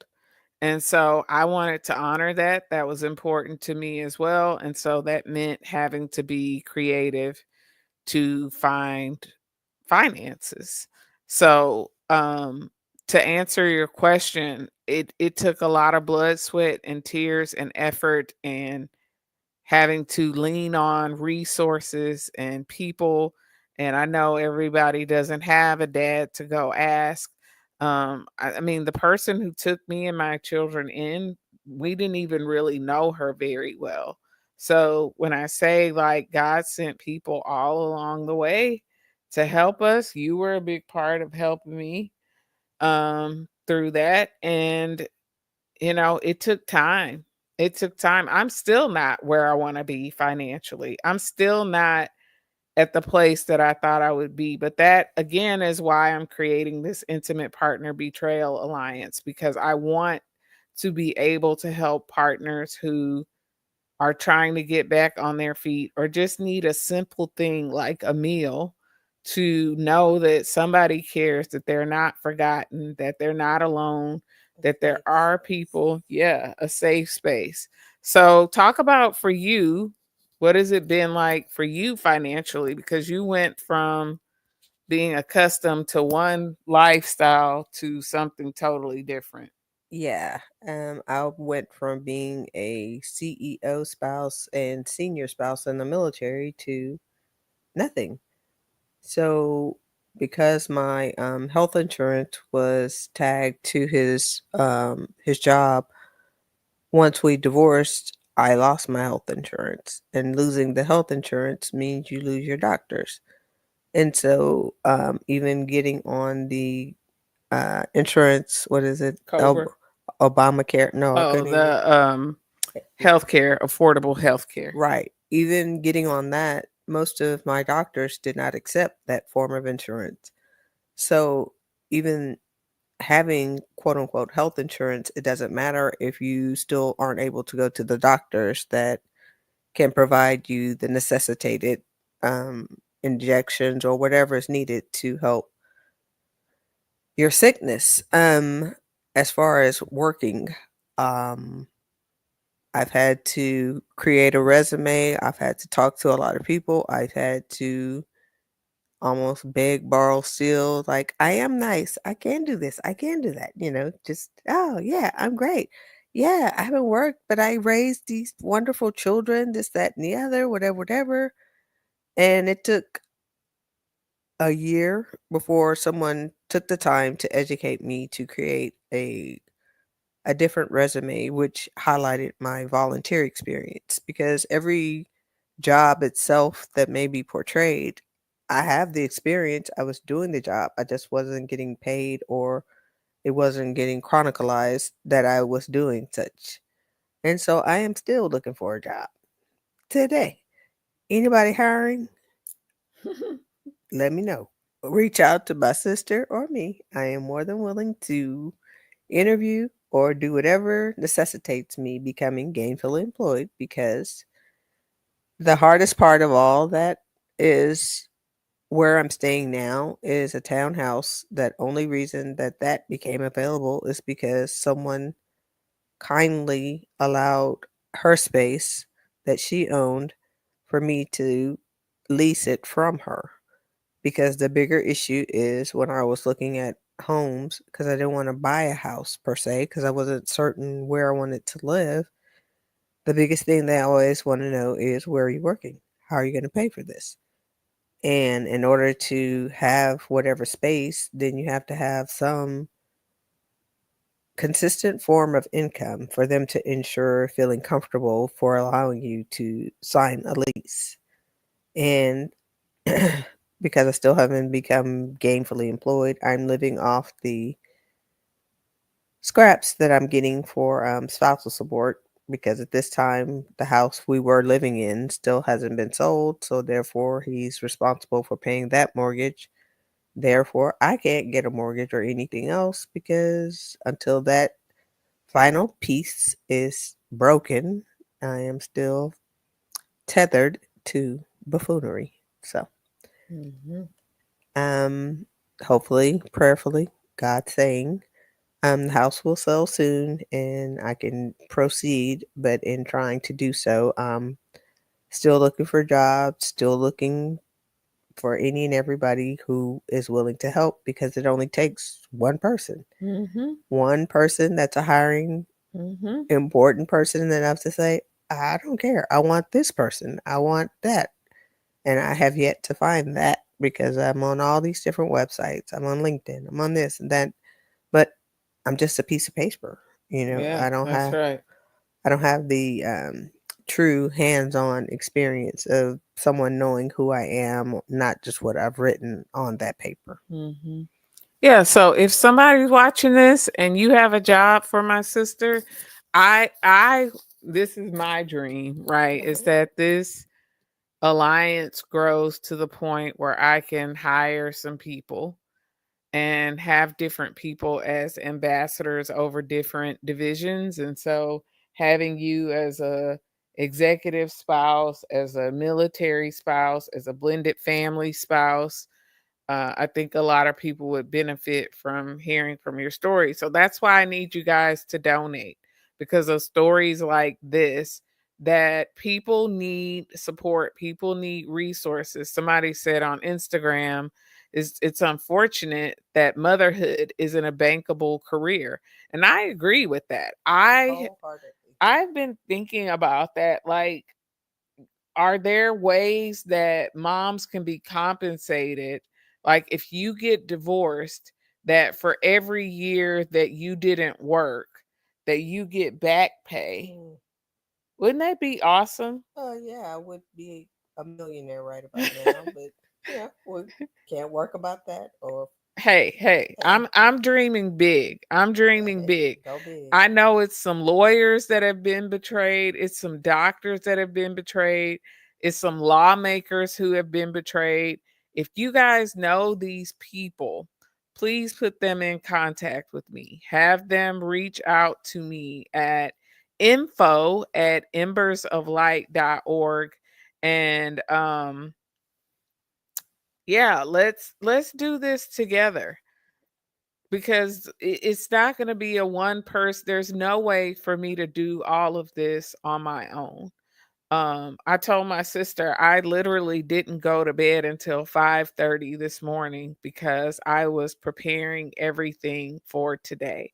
But this day is something that means so much to me, not just because of me, but it's like hearing stories over and over and over again and just standing by. And yes, I coach clients, but I'm like, there has to be more. One of my favorite movies is Wonder Woman, and there's a scene in Wonder Woman where they're trying to get across this path. And there are all these women and children in this trench. And they're like, we don't have food, we don't have water, because all of their resources are on the other side of this battlefield. And they call the battlefield no man's land because no man has been able to cross it. And the guys that Wonder Woman are with are like, "Hey, just keep going. We got something to do. We can't stop here." And she's like, "There's no way I'm leaving all of these women and children. You came here for one thing, but I came here for something else." Something greater. And that's how I feel right now. I am here for something else. I am here for the partners who have been wronged, who need to tell their stories, who need resources, who need support, who are amazing human beings who have just experienced some of the worst things that life has to offer. Deception. The biggest Yes. thing is deception. When someone portrays themselves in one way and unfortunately you believe them, and then as the mask is taken away, then you're like, what the? Because then it makes you second guess everything. Like, who was I? What was this? What? Why are we still doing this? And it was because you're just deceived beyond repair. I mean, you don't know who says, every time somebody says something, you're like, okay, you're trying to believe them, but Right. you already have lived a life of master deception for 20 years, then becomes that much harder to trust anybody else. And anything that they may do that may be similar or related to, even though they may be innocent, if it reminds you, you're like, we're not doing that. Nope. Nothing else to talk about. Nope, nope, nope. And whereas Andrea is very eloquent in using her words, I am that much more gifted at being silent. When something happens I don't like, I'm just like, okay. And if I stop talking to you, that's your way of knowing you didn't make a good choice or do a good thing, because at that point we have nothing else to talk about. Which in that, that's my own version of trauma that I'm trying to do better, be better, which is why I'm here. Because normally I would not be talking, I would not be open. I would just be like, if they don't know, they don't need to know. Get Mhm. over it. So, Mhm. but I don't want anyone else to have to encounter or deal with the things. Last year was by far the worst year of my life because any and everything I thought was like taken away, crumbled and thrown away like a piece of sand. And I said I felt like a goldfish in the Pacific Ocean trying to Mm. get to the other side. Mm. So finally yesterday I told Andrea, I said, I feel like I see a light on the other side and it's not a train, so I'm feeling more comfortable in proceeding. So hopefully, prayerfully, I'll have a better story tomorrow. Not today, but tomorrow. So yeah. We're gonna put that on the shirt. There is a light at the end of the tunnel, and it's not a train. Okay. Proceed with caution. Proceed with caution. So yeah. So anything And the one thing is that I think is much more damaging is when I got my diagnosis with multiple sclerosis, people are like, you're so pretty. You're not supposed. I'm like, so what? I'm supposed to look like death warmed over, but because I took the time to put on my makeup does not negate the validity of the condition and the fatigue and all the other health issues that come with that. It's just a gift my beautiful mother and older sister empowered us in doing is you get up, you put your second face on, no matter what, no matter how you feel. Yeah, you don't have to look like what you've been through. Hey, Although, maybe if you did, maybe if we did, we get something. I don't know. hey. Well, you take that lick. I'm not willing to do that one. That can be you. And because everybody thinks we're twins, you can be the twin that doesn't wear makeup, and I'll still be the one that does. So, yeah, we're gonna leave it at that. Yeah. I mean, one of the things I haven't highlighted is you have to find humor in the ridiculousness of the situation. And you're not laughing at your pain or at, um, the trauma of this. We're not making light of it. But were it not for humor, I would not be here. I mean, sometimes you really do have to laugh your way out of the darkest places. And when they say laughter is medicine, it is indeed medicine because, there is no pill Mhm. you can take. Nothing you can do, no dance you can provide, nothing magical. You're like, oh, okay, if I do this, this, and this, then this is going to happen. There's no theory, no dialogue, no book you can read, nothing specifically you can pray to intentionally get whatever result. You just have to believe, have faith, and family and laughter is very therapeutic. It reminds me of there's a story that we went to see. What were we going to see? Black Panther, Oh, and I'm like, what are you about to say? We didn't rehearse this, y'all. So I, I'm yeah. like, where's she going with this story? Okay. So we go see the Black Panther, and in my attempt to cheer her and the kids up, I'm like, get whatever you want. Get the largest soda, get the biggest thing of popcorn, whatever, whatever. And as we're sitting down, her, what was it, 64-ounce drink, the top is coming off, and I see it, but she's still squeezing it, and I'm like, I was trying to hold it because you know how when the lid pops off, I was trying to keep the cup from totally collapsing out of my hand. But I saw it, and I wasn't listening to anything she was saying. She said I was like stretch man. I was like doing all kind of back bends and finagle. I'm like, no, because it was a red drink too, wasn't No, it was it? a coat. It was a Uh, coat. Either way, it was a bunch of coke that would have ended up all on the side of me. And so to avoid that from happening, the theatrics that were encountered was something we were laughing too hard to even proceed with watching the movie or fixing the soda or anything else and trying to replay that. People are like, that's not funny. I'm like, you weren't there. You had to live it and know it. That was pretty darn funny. I could still laugh about it today. So one of my core memories that I use whenever I'm feeling kind of sad, I'm like, that was still kind of funny though. That soda. That was indeed funny. It was, I mean, we've had lots of moments, that maybe weren't funny to anyone else, but sometimes you really do have to laugh your way through the pain. So, Yep. Laughter over the tears and sometimes even in the midst of the tears. yes. So Yes. Well, thank you for your courage.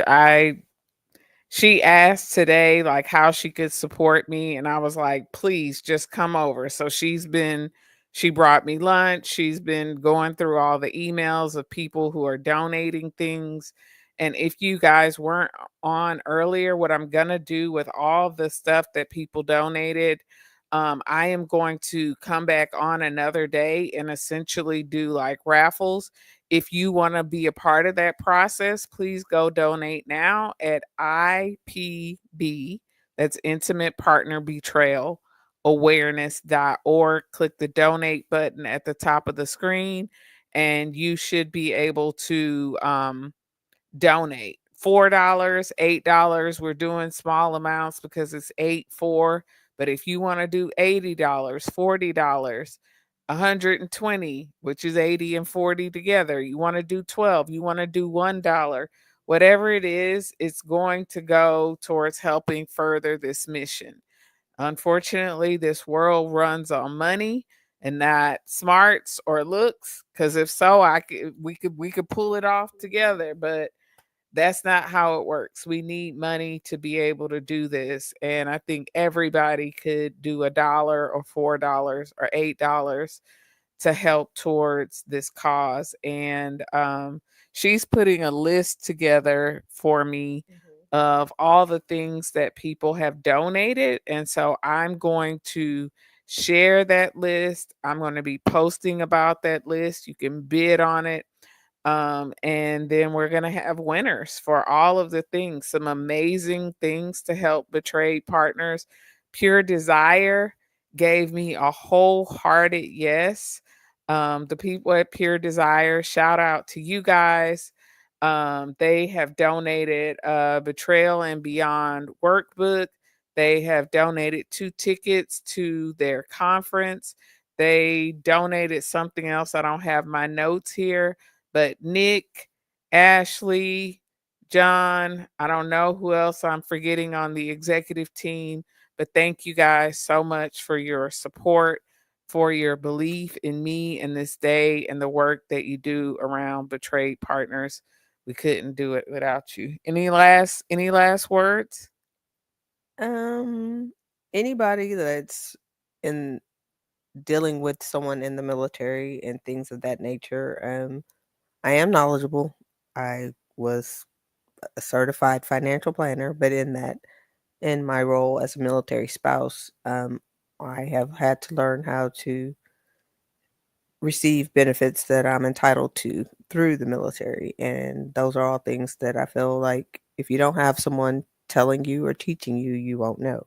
So I'm available for such. Reach out through Andrea and we shall proceed from there. Yeah. Thank you. I have some more people for you to add to the list. Hey, Kathy, I see you just jump back on. I need to get you on here. Text me and let me know what time you can hop on.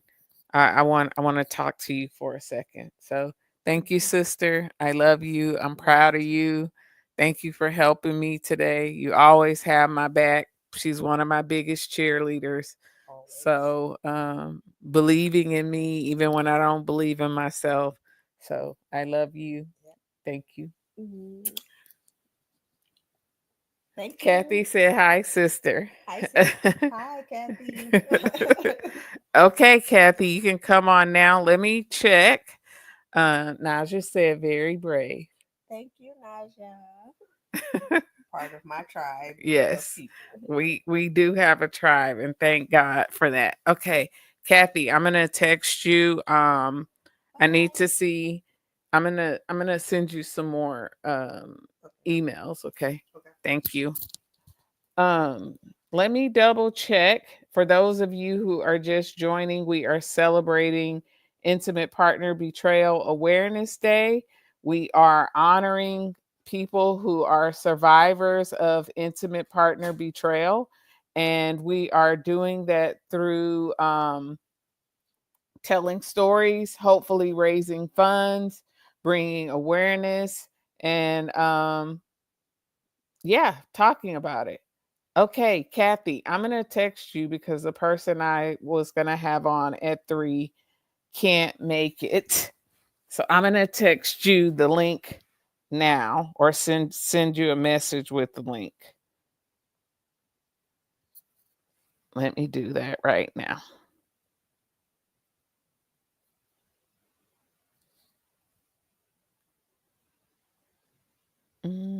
Y'all are going to be so blessed by this lady.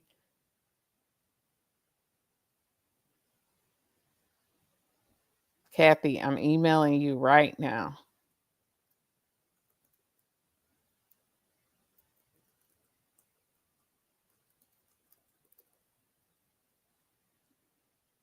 If you guys have questions, please put them out. You're getting free support today, free resources, free help, free opportunity to share your story. Hey mom, did you see me give you a shout out? I was just talking about watching you raise all six of us and how amazing we turned out and what a tribute that is to you and the amazing woman that you are, is why we're amazing women. So thank you for your the way you model just perseverance and endurance and getting back up and standing up for yourself and all the amazing things that you taught us that make us who we are today. Thank you for believing in me and supporting me and loving me. And I love you. And I'm glad that you're here watching this. So appreciate you. Hopefully, you saw Demetria sharing part of her story too. Um, Uh-oh, Kathy's trying to join. Kathy, got to connect your mic and your camera.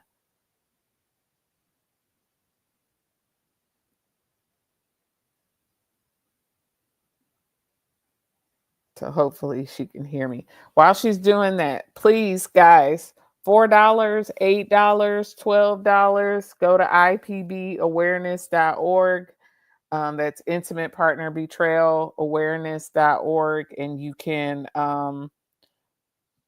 donate. Let me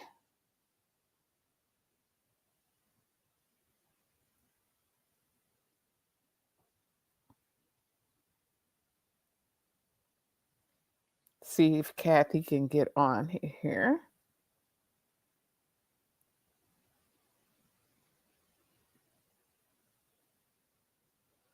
While she's doing that, let me shout out all the people who are donating things today and kind of build some buzz around that.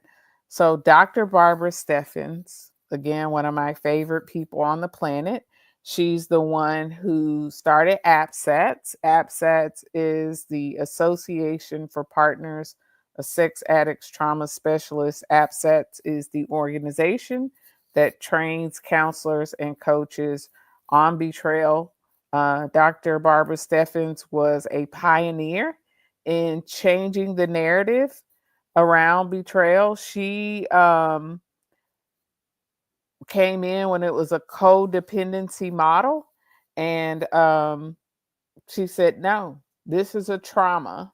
So, all of us who can use that language of betrayal trauma today have Dr. Barbara Steffens to thank for that. She wrote the book, Your Sexually Addicted Spouse, which she is donating signed copies of that for today. We have the amazing Dr. Jake Porter. If you saw me on Great Day Houston with Jake or heard me on the AppSats podcast, Jake and I are friends, and Jake helped me get on Great Day Houston. Jake also has a book, two books actually. One hasn't even come out yet. He's donating signed copies of that. And he is also giving $1,000 off his partner retreat, which is called Returning to You. And I'll have Kathy talk a little bit about that. Um, we have the amazing Dr. Sherry Keffer, who I've already mentioned.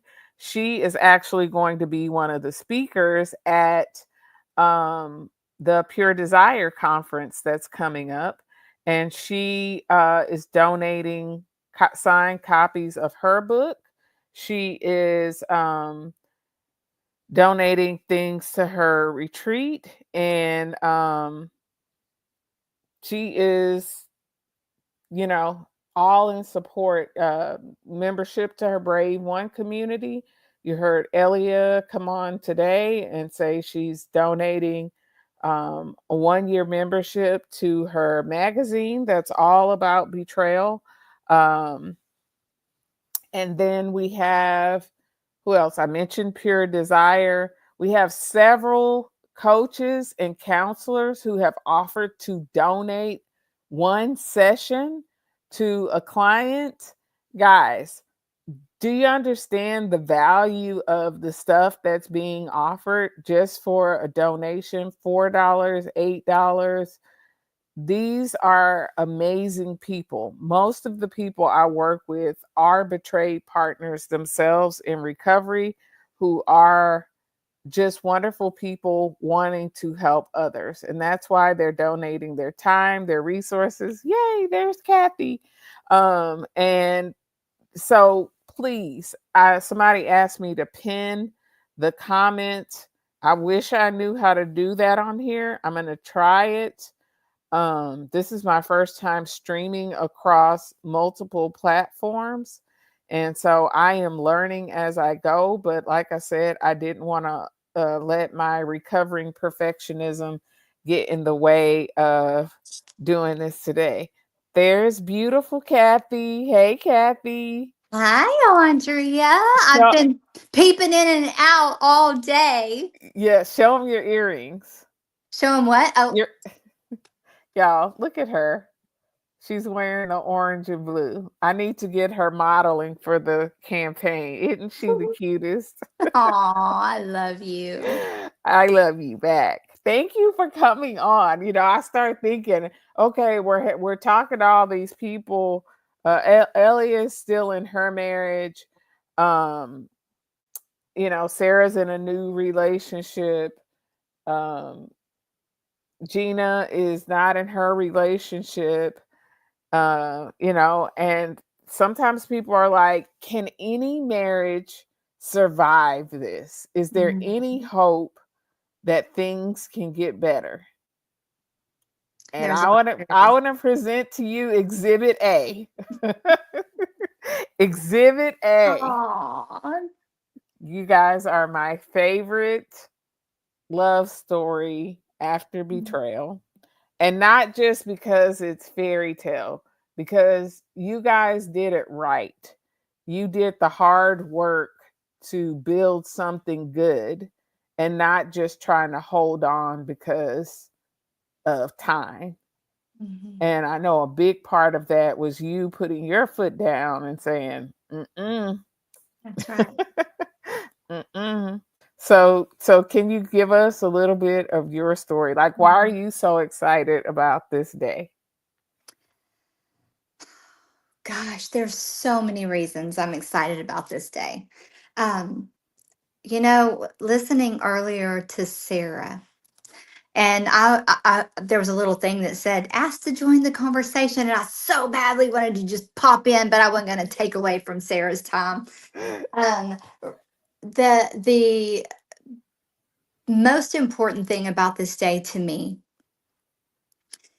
is to honor just the hard work that we have as betrayed partners have put in, are putting in, and will continue because I'm still in it. You and I both, we know all of the helping professionals out there that this is their story. We still do this work. We're still in it. And just to have a day set aside to recognize the bravery, Mm-hmm.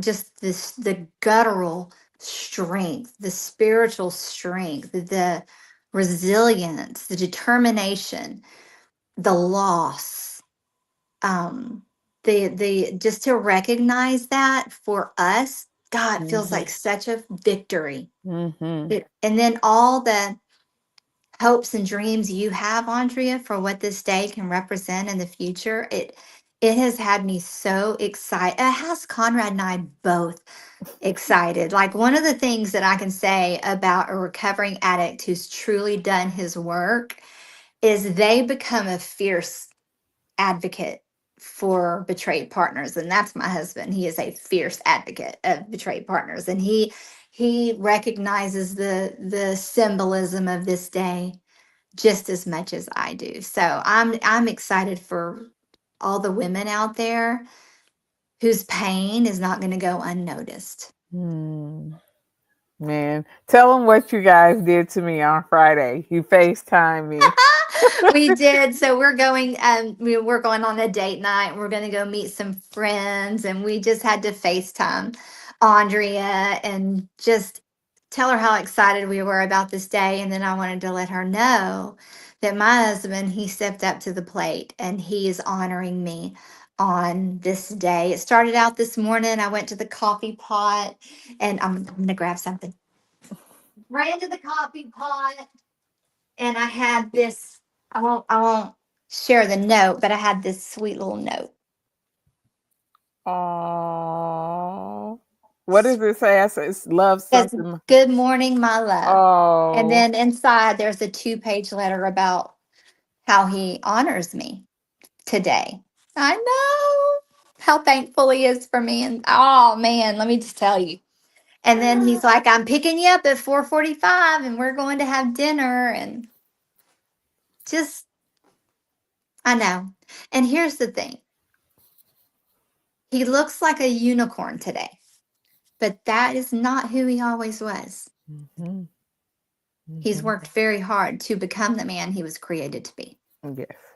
Because You who I was married to was not that person. well, I know, right? Yes. For those who don't know, I told you that if you don't believe in God, hearing these stories might make you a believer. Okay, Yeah. I worked for a major retailer out of college. And guess who else worked at that retailer? Kathy's husband. So I worked in the district office, and he was in loss prevention. So he would come in and out of the office. I would see him all the time. And so I knew him then. I did not know Kathy. After I separated from my spouse, and I told you guys he was like, good luck, took all the money. I was like, Mhm. what am I going to do? I need to build this coaching business. And I don't know what I searched, but somehow I came across Kathy's page, not knowing who she was, but she had her story on her page of um, how her husband took money and left her with nothing and was abusive to her and her kids. And that's how she started coaching. And I'm like, oh, I need Mhm. to know this lady. So I blindly sent her an email. Hey, I saw your page. Can we meet up? And we tried. But in the midst of that, they were going through some serious grief. That's when Conrad's mom, was it your Mhm. mom or his No, it mom? was Conrad's mom. Yeah, Conrad's mom passed away. Mhm. And so we never hooked up. So fast forward to Mhm. this conference in 2019. I hear there's a conference on betrayal, and I'm like, well, I'm going to Mhm. go. I only know one person there, but I'm like, I'm going to show up. And I'm looking at, so I saw Kathy. I go, oh, hey, that's that lady I was emailing. I go up and introduce myself. Then I go into this workshop, and I see this man looking at me. He's looking at me, and I'm looking at him. And he comes up and he goes, do I know you? And I said, I really think you do, but I can't put where I know you from. And he says, did you work at blank, the retailer? And I'm like, oh, yeah, I did. Um, and so we made the connection. And I'm like, wait a minute, Reynolds? Reynolds. And I'm like, you're the butthole that took. She didn't use that word though. I didn't. I used the one that starts with an A and end with the S. I said, you're the butthole that took Kathy's money. You're her husband. That's you. And he said, yep, that's me. So, so I'm not just talking about what Kathy has told me. The person I used to work with then and the person I work with and see now in Conrad, two totally different people. Yeah. Yeah. And if you're not seeing two totally different people, might be a clue. Yep. Somebody asked, even though her husband honors her, can she 100% trust him? Mm. That's a Big question. So, for me, the whole idea of trust looks very different post betrayal. Mm-hmm. Do I trust that my husband is not going to cheat on me again? In where I sit today in this moment, I can tell you, yes, I trust that. I trust his intention is never to do that. I trust the man he is becoming today. Mm-hmm. But I also live in reality and know that anything is possible. Mm-hmm. And he does as well. And he will say to me, I know I am one bad choice away from blowing up my life and yours. So more than I focus on trusting Conrad, who I can fully trust today is myself, my gut, my intuition, Mm-hmm. my reality, which will not be questioned. Um, Even if it's wrong, it's still my reality. So Mm-hmm. I trust and I choose to trust. It's a choice that I make. And if at any time I feel that that trust is being violated, I'm going to check that out. I'm going to trust me first and then verify his truthfulness later.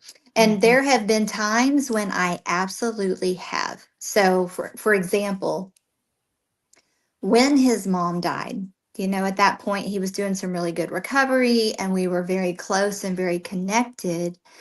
And he was experiencing the grief of that loss, the grief of any kind of loss, sober for the first time in his life.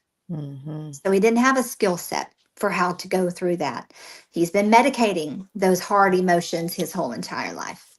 So he didn't know how to deal with that. So we all, as betrayed partners, we know what loss looks like. We know we withdraw. We can be depressed. We can be angry. We can have all kinds of different emotions. So Conrad was feeling all of those emotions, and I was feeling torn. The part of me wanted to be grounded in my present and trust that's not who he is, even though my brain wanted to take me back and say, well, this looks like how he behaved when he was acting out. Mm-hmm. So carrying shame at this point, feeling this way, because here my husband tragically loses his mom. I mean, she was only 66 years old, and we were not expecting her to die.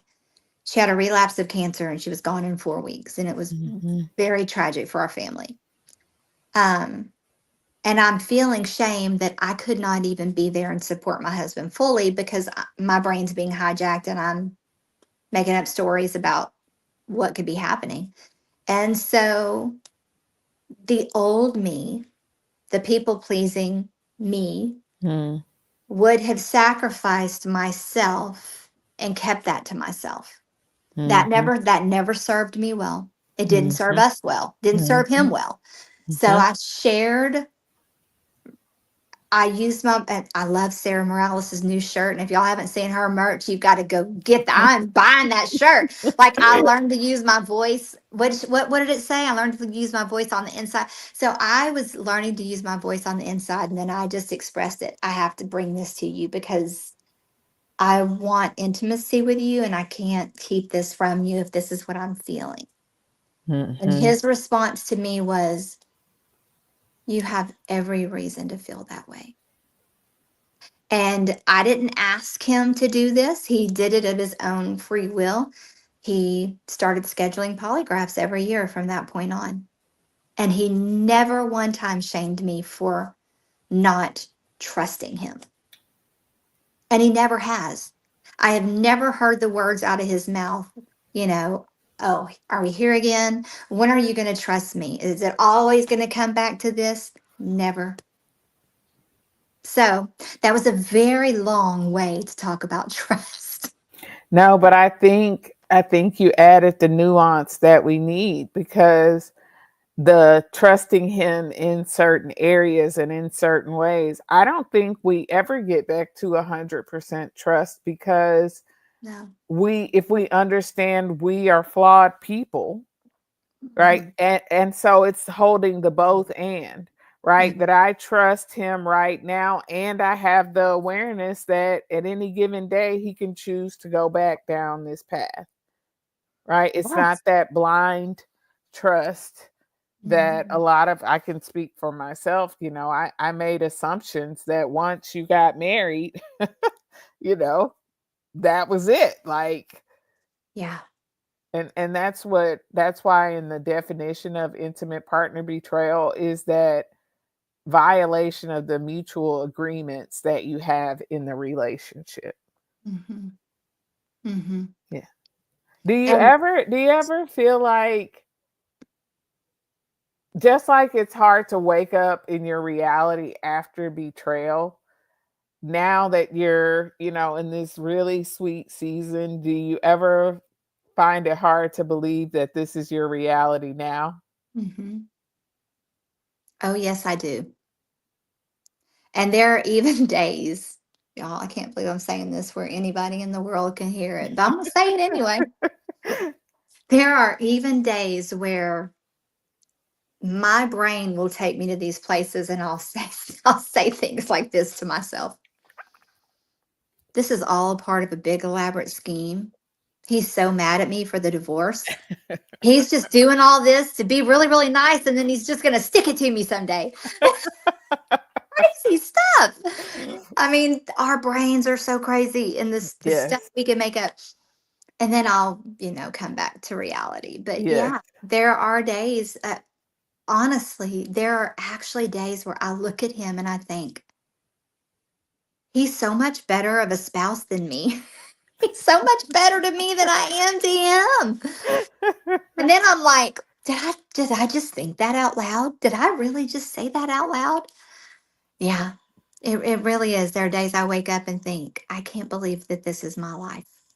And there's not a day that doesn't go by that I don't have absolute gratitude for the story Hmm. and for how much we have both fought to get where we are. Yeah. And we look like this really sweet happily ever after story, and we are today, but there was a bloodbath of pain that led up to where we are right now. Mm. And I think that's one of the reasons why Hmm. this day is so important, because I don't ever want to forget what I had to go through to get where I am today. Hmm.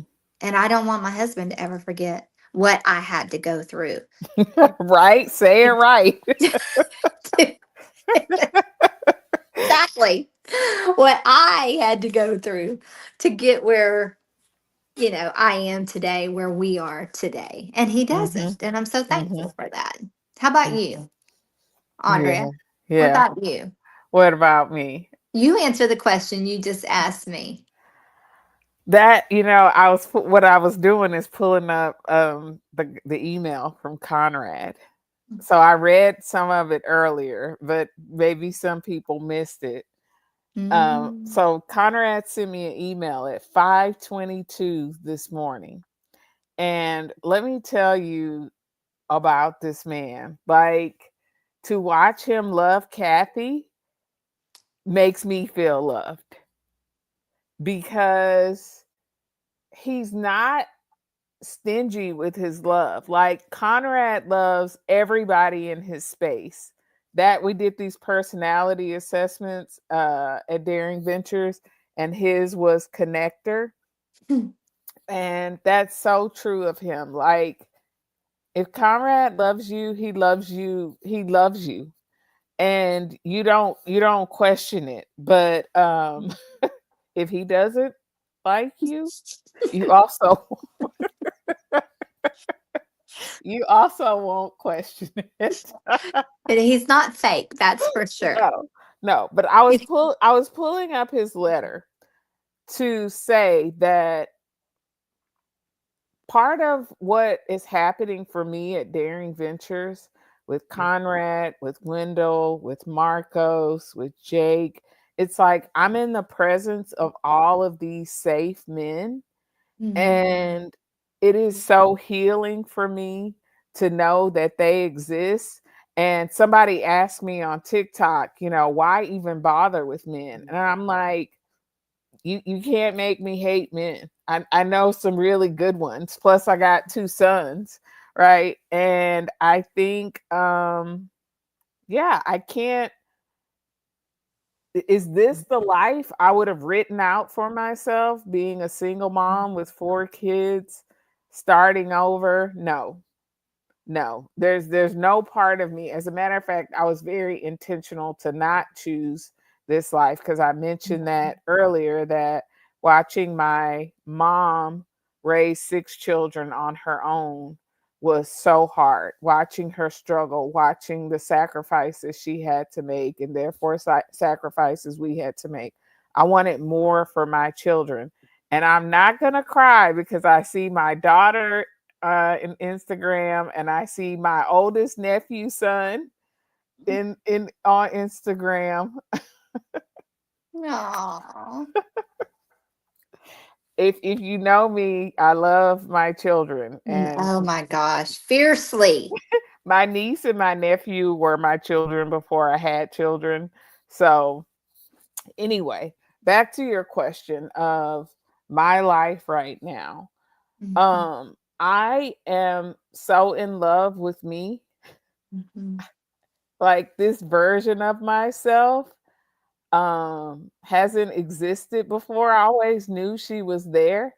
One of the things that I wrote the other day, and I made myself a note, I put it on Threads because I was talking to myself, but I figured somebody else needed the message. I said, some of you know exactly who you are, and that scares you because the world has told you that you need to be someone else to be accepted. yeah. And that was me. Like, I've always known I'm smart, I'm powerful, I'm strong. I Mhm, didn't know I was beautiful. I really wasn't beautiful as a kid. But to be in this place where I am now, where I can look in the mirror and say, I love myself so much. I love that. I wish my life wasn't as hard as it is. I still experience the consequences of having an ex-partner that is not healthy. And my children experience the consequences of that. And as a mother, that's really hard. mhm. But then when I get a letter from Conrad, so for those who missed it, I wanted to read what he wrote. It starts with, to my sweet sister in Christ on this special day of remembrance. Andrea, I wanted to take a moment and recognize you today. My heart is heavy as I think about your story. I want to also take a moment on this special day and thank you for your courage to fight for others, to give others what you so deeply deserved, what you still deserve, a heartfelt apology.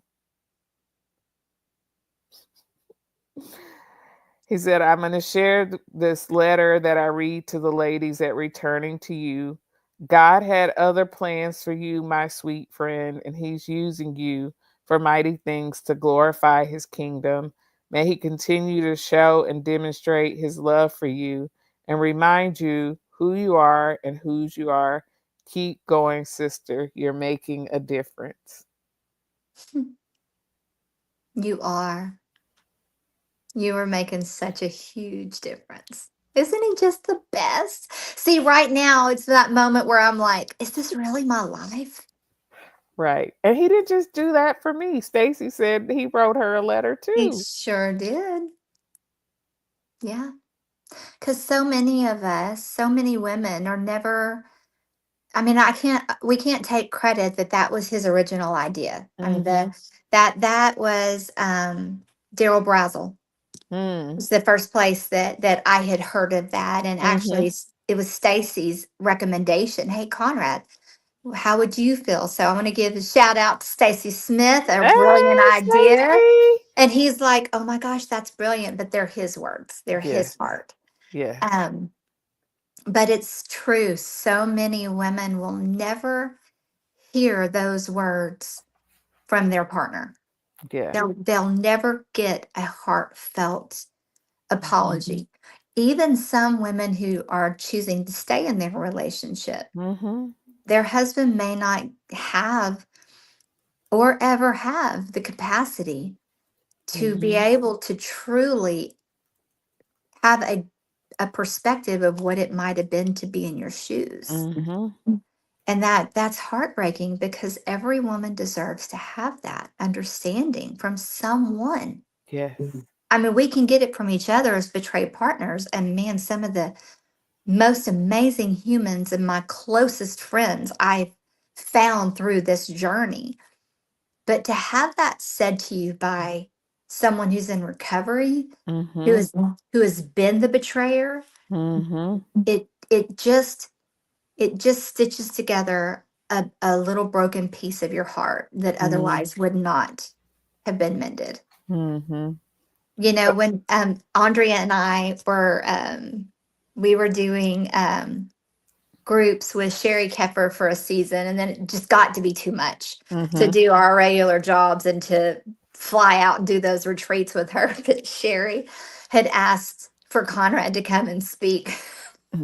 One of the, do you remember that, Andrea? Yes. Yes. So there is, it's like you're walking down the aisle to go to church, and there's 90 women in this room, and then all their eyes are on him, and he says it's like the walk of shame, walking up to the front to just kind of share and give hope. And but to see the women in there, it gave them a little piece of hope.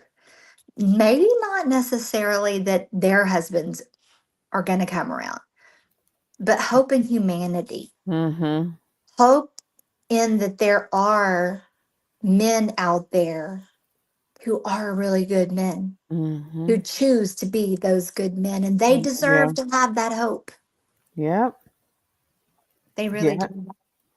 Somebody said that they listened to you guys on my podcast Mhm. and that they're so happy to see who you are, Kathy. Aw. And my bestest bestie Naja said she wants to sign up for the Conrad Kudos services. So Aw. You know what?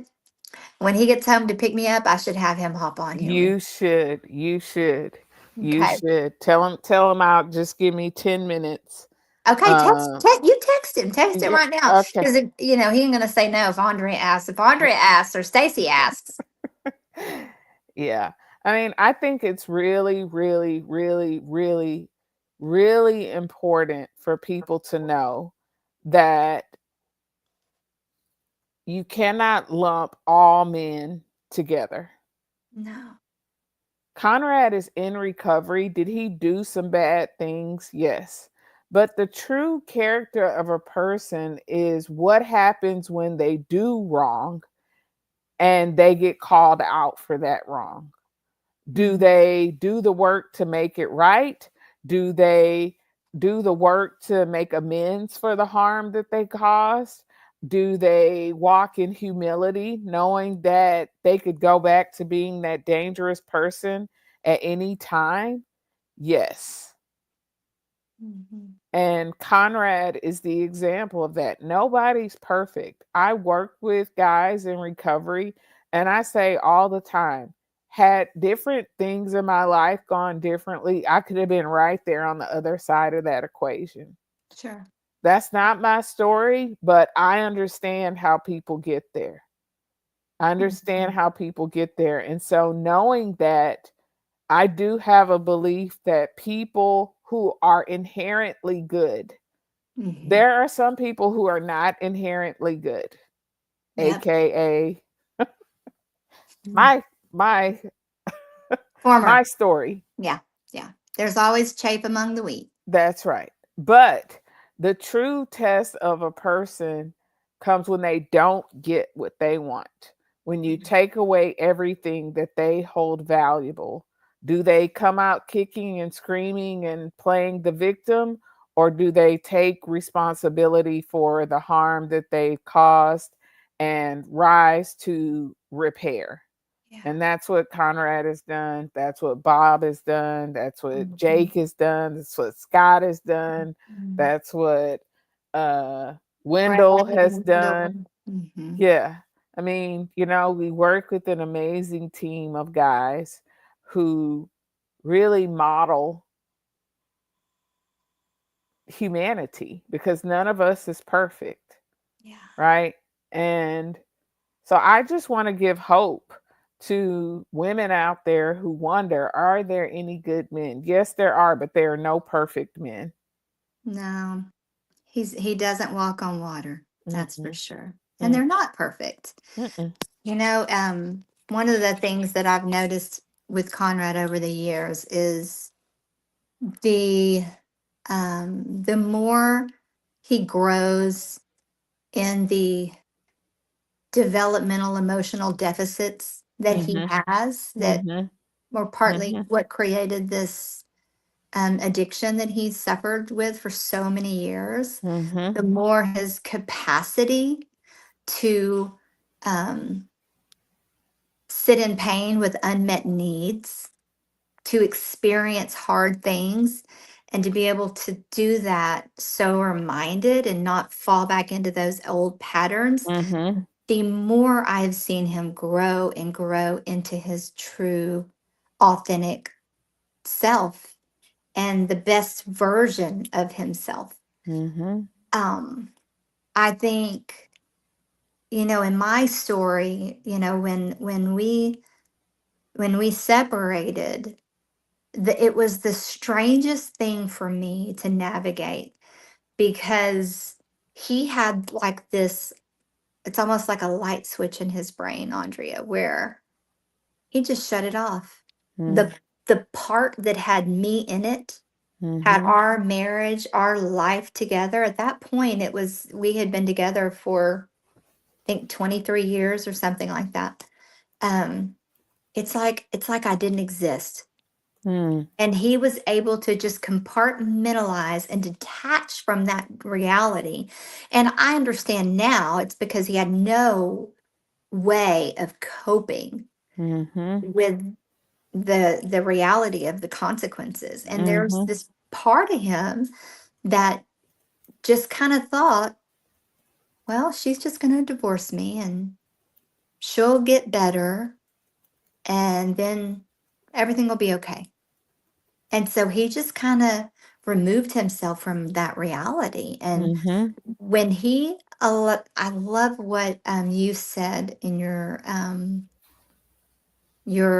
time with Jake, and you said you were quoting, oh gosh, I have menopause brain and I can't remember.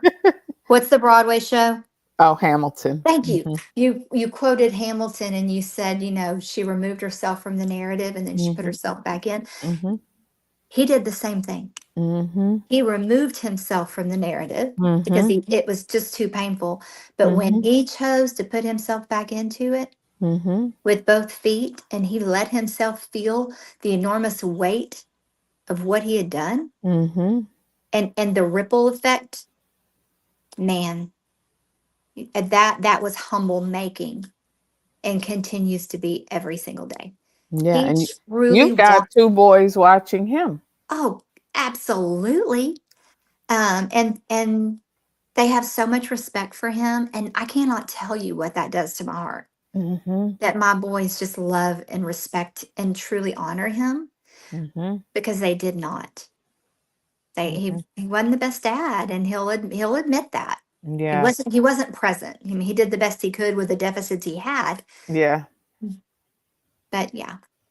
But they and I have two great boys who Easton, my youngest, Mhm. 21. If you follow Jake, then you've met my kid, because he does all of Jake's Social social media, yeah. media, and yeah. So he's the best. He truly is. And then my oldest, man, he's a good husband. He's a present husband, a present father, and and he truly takes seriously his role as a husband and his Mm-hmm. role as a father. And a lot of that I know would not be there had it not been for what we had experienced. Maybe it would have been. Mm-hmm.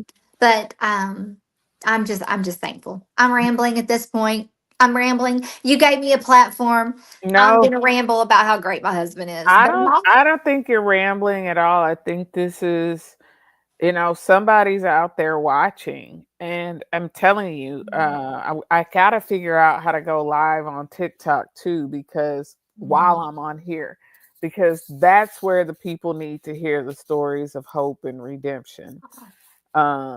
There's so many people on there who like, I'm, done with men, all men are trash, all men, and it's like, yeah, I could never get on that bandwagon. I know too many good guys. yeah, yeah, Yeah, for they're sure. all married, but Yeah, they are. They are. you know, But I you know what?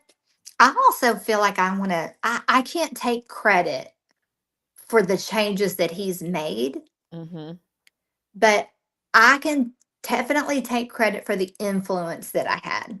absolutely And that influence had to start with me.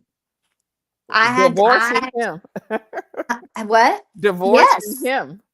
I mean, literally going from being the epitome of a submissive, quiet wife to standing up, even through with a shaky voice and Mm-hmm. saying, "No, you're not doing this anymore. Mm-hmm. No, I'm not going to tolerate this abuse anymore." Mm-hmm. And that word abuse, oh, that he recoiled when he heard that word. Mm-hmm. He did not like it. And I appreciate so much, Andrea, how you clarify.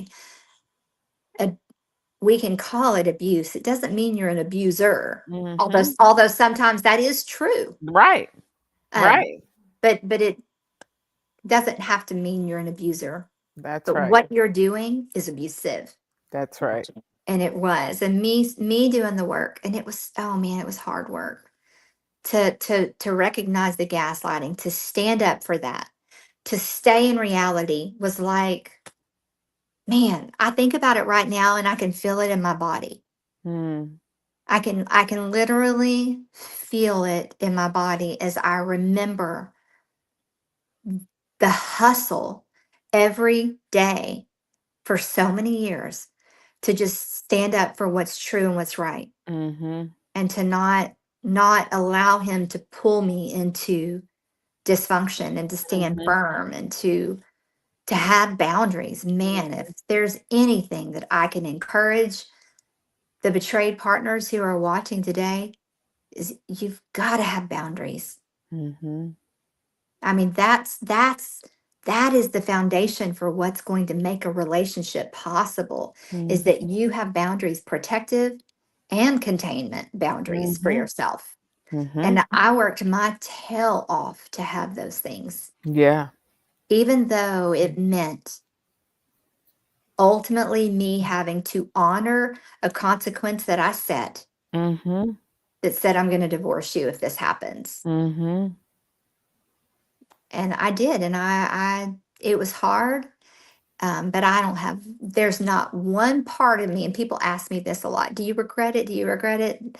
Do I wish it would have happened differently? Of course. Do I wish that, obviously, Mm-hmm. I wish I never would have had to go through this in the first place. Mm-hmm. But no, I don't have any regret. Mm-hmm. It was the right thing to do. There's somebody in the comments that says, "Hi, Kathy. You helped me listen to my husband's disclosure. I drew a pet portrait for you. Thank you for being an Oh, integral part of my recovery." I know who you are. Very talented woman. Yes. Oh, That's why it's like I could stay on here for 24 hours and talk about how incredible betrayed partners are. Resilient, strong, courageous, wise, beautiful, mm, giving, nurturing, compassionate, kind, generous, mm, intelligent, uh women of valor, Oh, strength, poise, dignity. Don't we meet? I This is what I would always say. God sent me to the worst place to meet some of the best people. yeah. I have met some of the best people Hmm. in support groups, in retreats, in conferences. Hmm. I mean, and I just, it's like if we could all get together. So, this is something I haven't mentioned. If you go to ipbawareness.org, you will see that it says Embers of Light.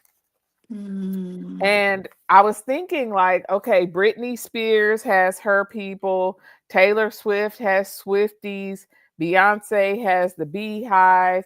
And I was like, what would I call betrayed partners? Like, if I gave a name to a community of betrayed partners, what would it be? And I was going through different things, and embers came to my mind.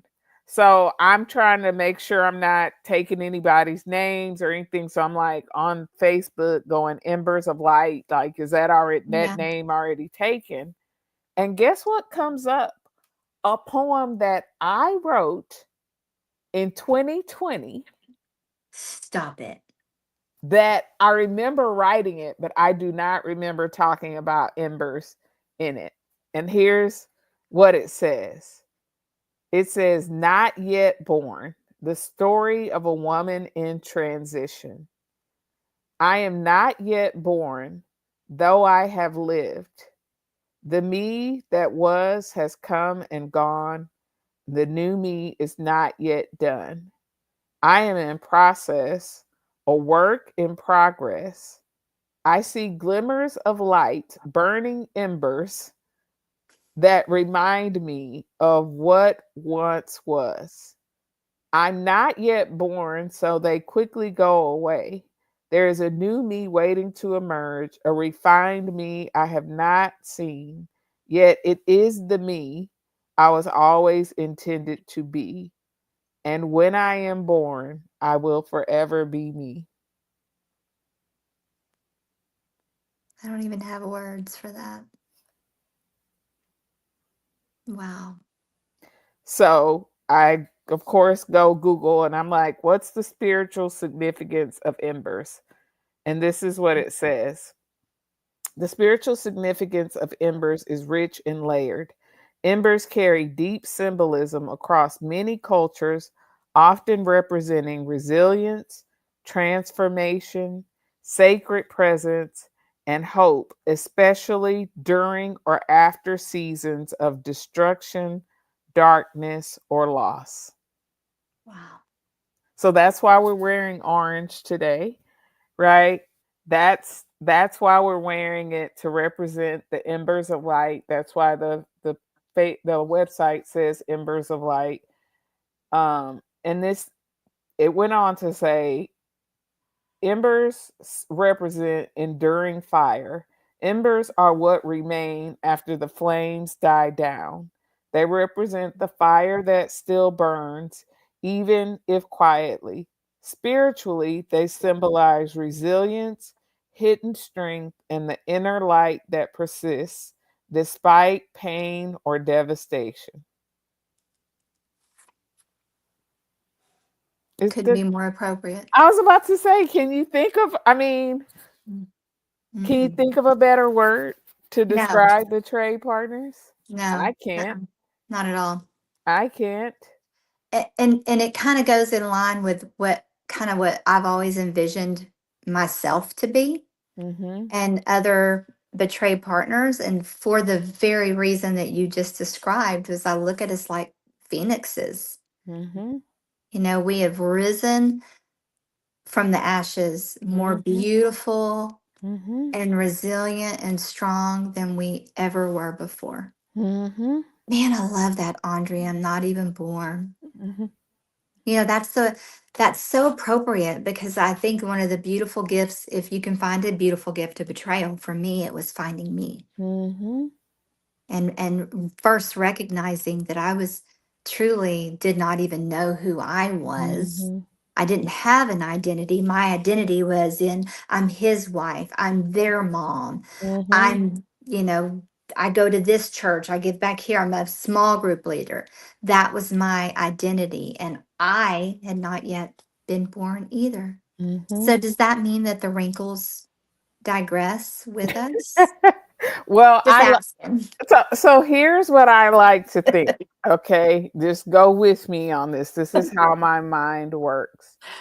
I Okay. believe that we're born and then we reach this point where we kind of climax, but I don't mean in like that's the best it's going to get. I mean, we reach this peak place of like Mm, alignment and wisdom, and we're born at that point. It's like you bloom mm, fully and you stay in that full bloom until you go back home, right? mm. It's like a reverse kind of thing. I like it. I can't explain it clearly. In my mind it's very clear, but Yeah. it's like we do it in reverse because we're born with all the wisdom and understanding and purpose that we need, and then it gets programmed out of us, right? We become Mhm. products of our environment, and Yeah. then as we grow up we have to shed those layers that we've put on, those adaptations that we've developed to become the person we need to be to order to be accepted. And this is the benefit of menopause, right? You don't give a you know what after a certain point, and that's scientifically proven. Like as our estrogen levels drop, estrogen helps us to care about and be concerned about other people, and as those estrogen levels drop, we lose that,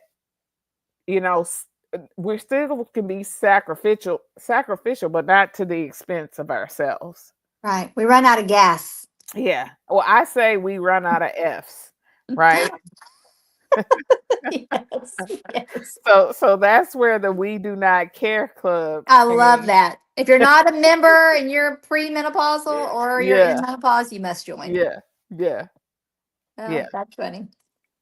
So, I want to thank you, Kathy, one, for just the confidence you have in essentially sharing your husband with all of us, because you Mm. do.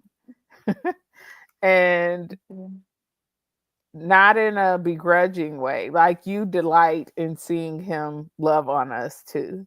Oh, girl, I do. I even the other day I was thinking I was just kind of having some quiet time with the Lord and I just had this thought and I thought, you know what, Lord? I think you put me out front to pave the way for him Mhm.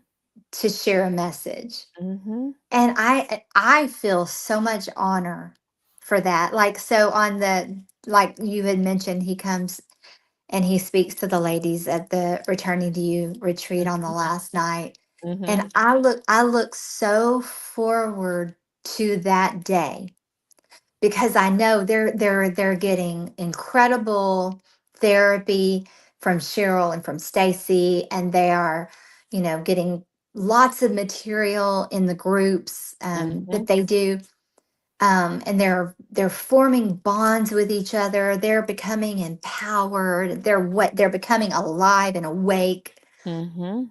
And then we end the day with this is what recovery looks like, Mhm. and it just kind of pushes them over the edge of I'm not going to settle for anything less than that. Mhm. And they're ready to go home and know that I can do this. I can do this. I can be strong. I can hold boundaries.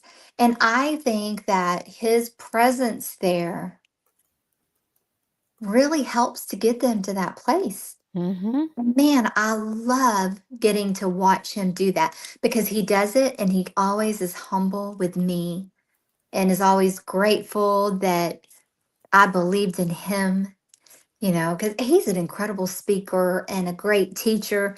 but he does not see that. He's just very humble, and Yep. he doesn't know the gift of him to the world, to this world, this to all of us. And so getting to push him out there and say, fly, you've got such a beautiful message and so much to offer the world to help people. Mm-hmm. It's another layer of healing for me. It truly is. Yeah. So What do your boys say? um gosh, we don't really talk about our story Mm-hmm. so much. But we've all had these conversations where they've both been so incredibly thankful Mm-hmm. that we fought so hard, Mm. that we put our family back together. We have a granddaughter. She'll be 3 in November, and she's like, I mean, like, that's like the highlight of our life. She's everything to us. That girl, like, we are right here, especially Conrad. She, to see him show up for her and to be an example in her life, another example in addition to my son for Mm-hmm. how you should be loved and respected and Mm-hmm. treated by a man. I FaceTime her and I'm like, we're Lolly and Pop. I'll FaceTime her and she'll say, "Where's Pop?" Yeah.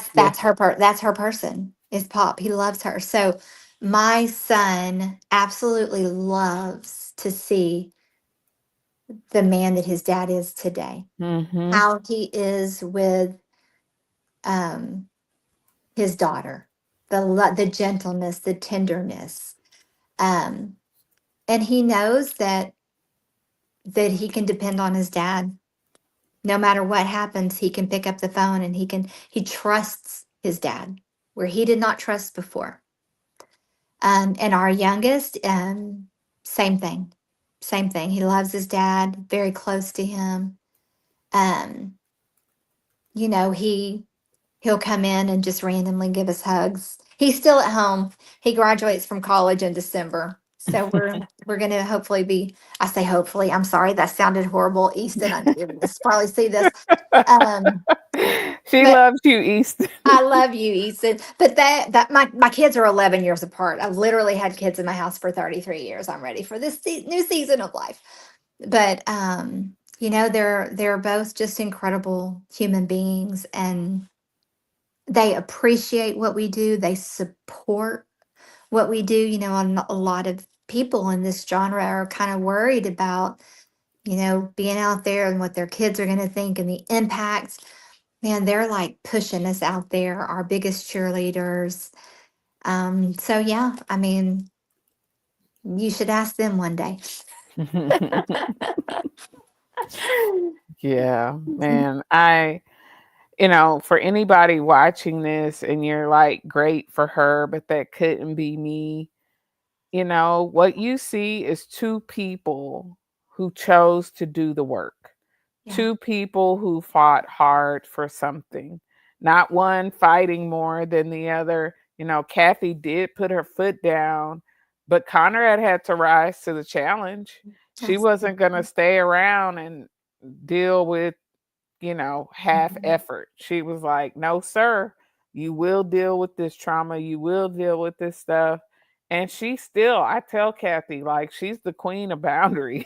Mhm. She can, turn off stuff and not be worried. And she's just good at detaching and not getting caught up in things that aren't her responsibility. And now I Mhm. know you have to work to learn that. As a woman in this society, that is not something we get. Mhm. And I still have to work to maintain that. Mhm. Because I am a server by nature. I want to serve, right? But I have to have my own personal boundaries to say to myself, because my husband is an only child. Well, he was an only child Mm, until right? that's another story. Right? He actually has three pretty incredible siblings Mm-hmm. that he did not know existed. Um, but he grew up as an only child, and my mother-in-law just did whatever he wanted. So that's his bent is, hey, can you do this for me? Hey, can you, that's his bent. I grew up with a mom who says you serve your man, Mm, right? That's a wife's job, serve your man. And so I have to really be mindful of if I'm starting to feel that pull, that going back to those old patterns, mm-hmm. am I going to do this because it's a choice that I want to do this, or am I doing this because it's a have to do this? And am I going to be resentful for it later? Because that's on me. And Right. then those are the times when I'll say, you know what, honey, you can do that for yourself. And he'll be like, okay, you're right. You're right. He receives it, but it's still hard. The pull is still there Right. to go back into those old patterns where Right. I'm just I'm subservient. And saying no. I love, Vicky Tibble Palmer. Mm-hmm. Boundaries are not bitchy. Right. It doesn't mean that I'm a bitch if I say no. Right.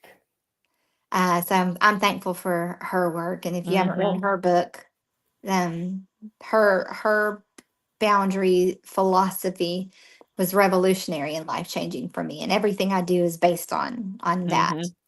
And she helped me. She doesn't even know it. She doesn't even know me. Never met her before. Really? No, never met Vicky. Maybe one day. Wow. Yeah, she's pretty awesome though. Yeah. Well, thank you, Well, thank Kathy. you, Andrea. So if my husband wants to hop, if he can, if he gets Mm-hmm. home in time before we have our dinner Yes. reservation. Don't let it cut into your dinner. Okay. Do we just click that same link, or what do you want me to do? Yeah, Text you? it'll be the same link. Text me. I did text him. He hasn't Okay. responded yet. Okay. So Okay. hopefully, even if it's 10 minutes, All right. let the people see that he's real.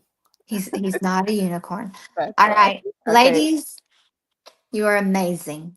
Yes. Andrea, I love you so much. Love you too. Okay, Thank how do I get out of here? What do I do? you. I think there's like a, There it is. All you right. see it? Okay, bye. Bye. Isn't she amazing? I mean, on top of being adorable, but she's amazing. Kathy doesn't give herself enough credit for just the woman that she is. She didn't mention, but her mom passed away also, and she has had to navigate the grief of that. And she's a fierce warrior. That woman is a fierce warrior, and I'm just thankful for all these amazing people that I get to call my friends. But I'm not selfish with my friends. I love sharing my friends. So if you guys want to be a part of this community, this friendship, please go to ipbawareness.org and sign up for the newsletter. There's actually a link. I can't remember what the button says, like want to know more, and you can fill out um, the form to say how you want to be a part of this movement. If you want to donate money, if you want to donate time, if you want to donate resources. I'm collecting names.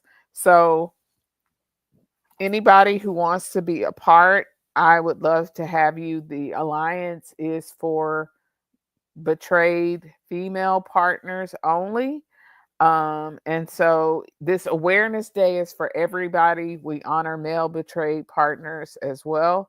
They have a story to tell, but the alliance is for women only. If you missed my sharing that earlier, I said it's a safety issue, not to say all men are dangerous, but to some women, all men are dangerous. And I respect that and honor that. And so in order to create a space that's safe, I am keeping the alliance, and the money we raise there will go towards um, women who are betrayed in their intimate partner relationships. Women like me who don't have or didn't have food or a car or a place to go, and need resources, or women like me who are mothers and can't even think of what their children are going to eat for dinner because they're so overwhelmed by the trauma. And I can't do this alone. I need people to join me on this movement. I need help. And so if you feel like you have a story to tell, you have something to give, you have something to offer, maybe it is your drawings, maybe it is just you're a good listener, maybe you're a good cook. We're eventually going to have a cookbook. So I'm excited about that, that we're going to use to raise funds for this day and for this cause. There's so many exciting things. This is putting a stake in the ground for the day, but this is just the beginning of the movement. And I don't want you guys to forget that or lose sight of that. We're not going anywhere. We're going to keep going. I'm going to be raffling off all these amazing resources that we got. If you would like to donate, please go to ipbawareness.org and click that donate button. $4, $8, $12. And I see my next guest is here, and I'm excited to bring her to the stage. Hey, Steph. Hi, how How are are you? you? You're kind of dark. I can't see I you. know. I don't know why. Let me turn on my little backup light. I don't know why I noticed that. This Yeah. is how bright it can get. Let me see. I don't know. That's how bright it could be, though. Okay. Well, we can hear you fine. That's what matters. Oh, well, Thanks thank for you. being willing to hop on here with me today. Yes, thank you for creating this such meaningful and important day to all of us survivors. When Mhm. I saw this, I was just like, this is my jam. I appreciate it. Of course, when I say your name, I say Andrea because it's a little bit easier Of for me, course. but I want to make sure I address your name correctly. It's such an important day. Is it Andrea? Andrea. Yeah, you know what? We were in Mexico for vacation, and I was Andrea the whole week. It was like, and I told my kids because they get so frustrated, like, why can't people say your name? I'm like, guys, in Spanish, that is my name. Yeah. It's So, it's a lot easier. My bilingual brain is like, oh, I gotta figure this out. But yeah, I just really think this is such an important day. I just want to say thank you personally for putting the effort, the time, and I don't even can't imagine how much effort it takes to do something like this. And I just really think it's so needed. And I just really thank you for that, like all mhm, this work you put in so far. So mhm. I'm just honored to be here and just help spread awareness for today and every year after this, right? This is just the beginning. I know that you're going to just get it going. I really Oh yeah. trust the process. Yeah. Yeah, that's what I said. This is not a moment. It's a movement. We're gonna do something big. This is gonna change the world. Because I want people to be able to step out of the shadows. I want them to be able to come into the light and say something awful happened to me. And the shame of that is not theirs to bear. And it's not to put anybody on blast or to make anybody look bad, but it's critical to their healing. Judith Herman has a quote that I put on the website, and it says survivors want to tell their stories, not to punish but to be believed, to be heard, and to be acknowledged. Telling the truth is the beginning of justice. hmm I love So that. we haven't even Powerful. talked about the justice issue today. Oh my gosh, I'm just thinking about that. Haven't even talked about the justice issue. But I want you to say something, Steph, because you mentioned Spanish speaker, and like when I was creating the website, it was trying to help me translate in Spanish too. And one of the things that I loved when I was in Mexico, and I told my kids that will be the last time we go and not know some Spanish, because I just believe in respecting culture. Mhm. And one of the things that they did, it was like all the menus were in Spanish and in English. They were, if the waiter didn't speak good English, we would use Google Translate and communicate with each other. And I want you to say something in Spanish to people who maybe native Spanish speakers here Mhm. Okay. about what intimate partner betrayal awareness is. Why is this day important? Okay, yeah. So ahorita voy a hablar a las mujeres que están experimentando la traición de estar con una pareja. Estamos con maybe alguien que, por supuesto, no está diciendo lo que está pasando en sus relaciones. Este día es importante porque necesita decir su historia a las mujeres, a la gente que no saben que traición es bien, hace daño a la salud de la gente. Quiero que solamente hablar a ustedes y decirte que sí hay ayuda allí, la gente puede ayudarte, la gente puede entender, hay poco de gente que pueden trabajar con ustedes. So, por favor, entra a este lugar, a este espacio, hablamos juntas a ver qué está pasando adentro de tus relaciones y aquí estamos para ayudarte en cualquier manera que necesitas. Um, so I just, obviously on the spot, English is my first language, but Mhm. of course, my culture, I'm Salvadorian, so I speak Mhm. Spanish and I'm bilingual and I'm Spanglish and all the things. Um, so I can understand, I grew up in a Spanish speaking household, but of Mhm. course, English is what I learned in school all these years. But I really wanted to speak to my Latinas out there who maybe have a different way of culture where we're told a lot of the times the machismo, which is kind of like a cultural in the Latino world Mhm. where we sometimes hear that a working man does deserve to have a like girlfriend within where they're living while they have a wife in their country. And, Mhm. we're trying to fight that norm right now. We're trying to Mhm. spread awareness, trying to let them know like their story matters.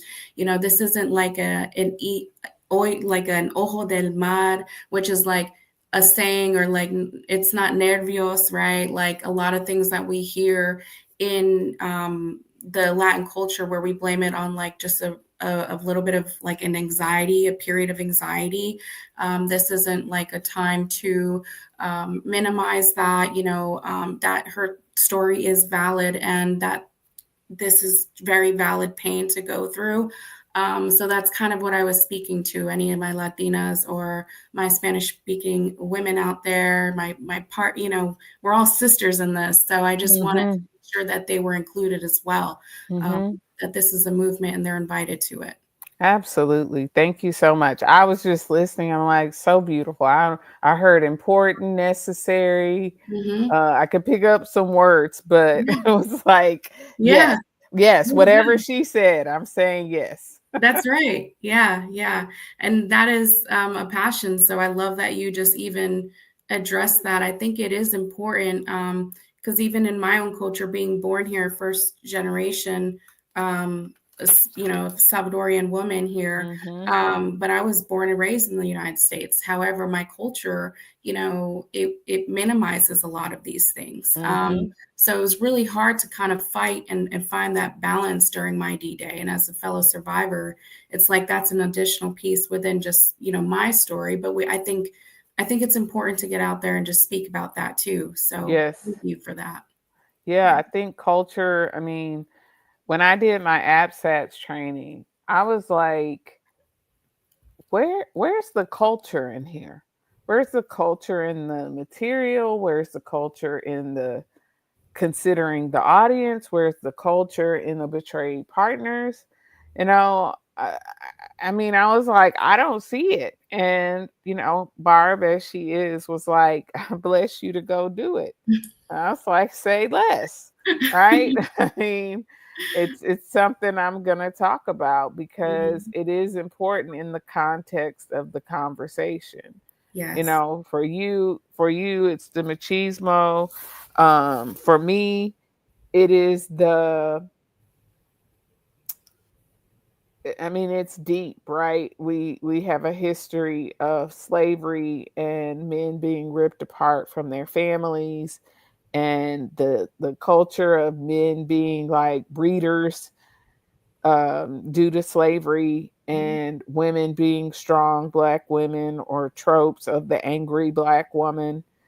Some of those things that don't get talked about enough in the culture of betrayal. And so that's why when you were like, "Are you full today?" I'm like, "Heck no, get up here." Let's do this, Get up right? Yeah. here and let's talk about this.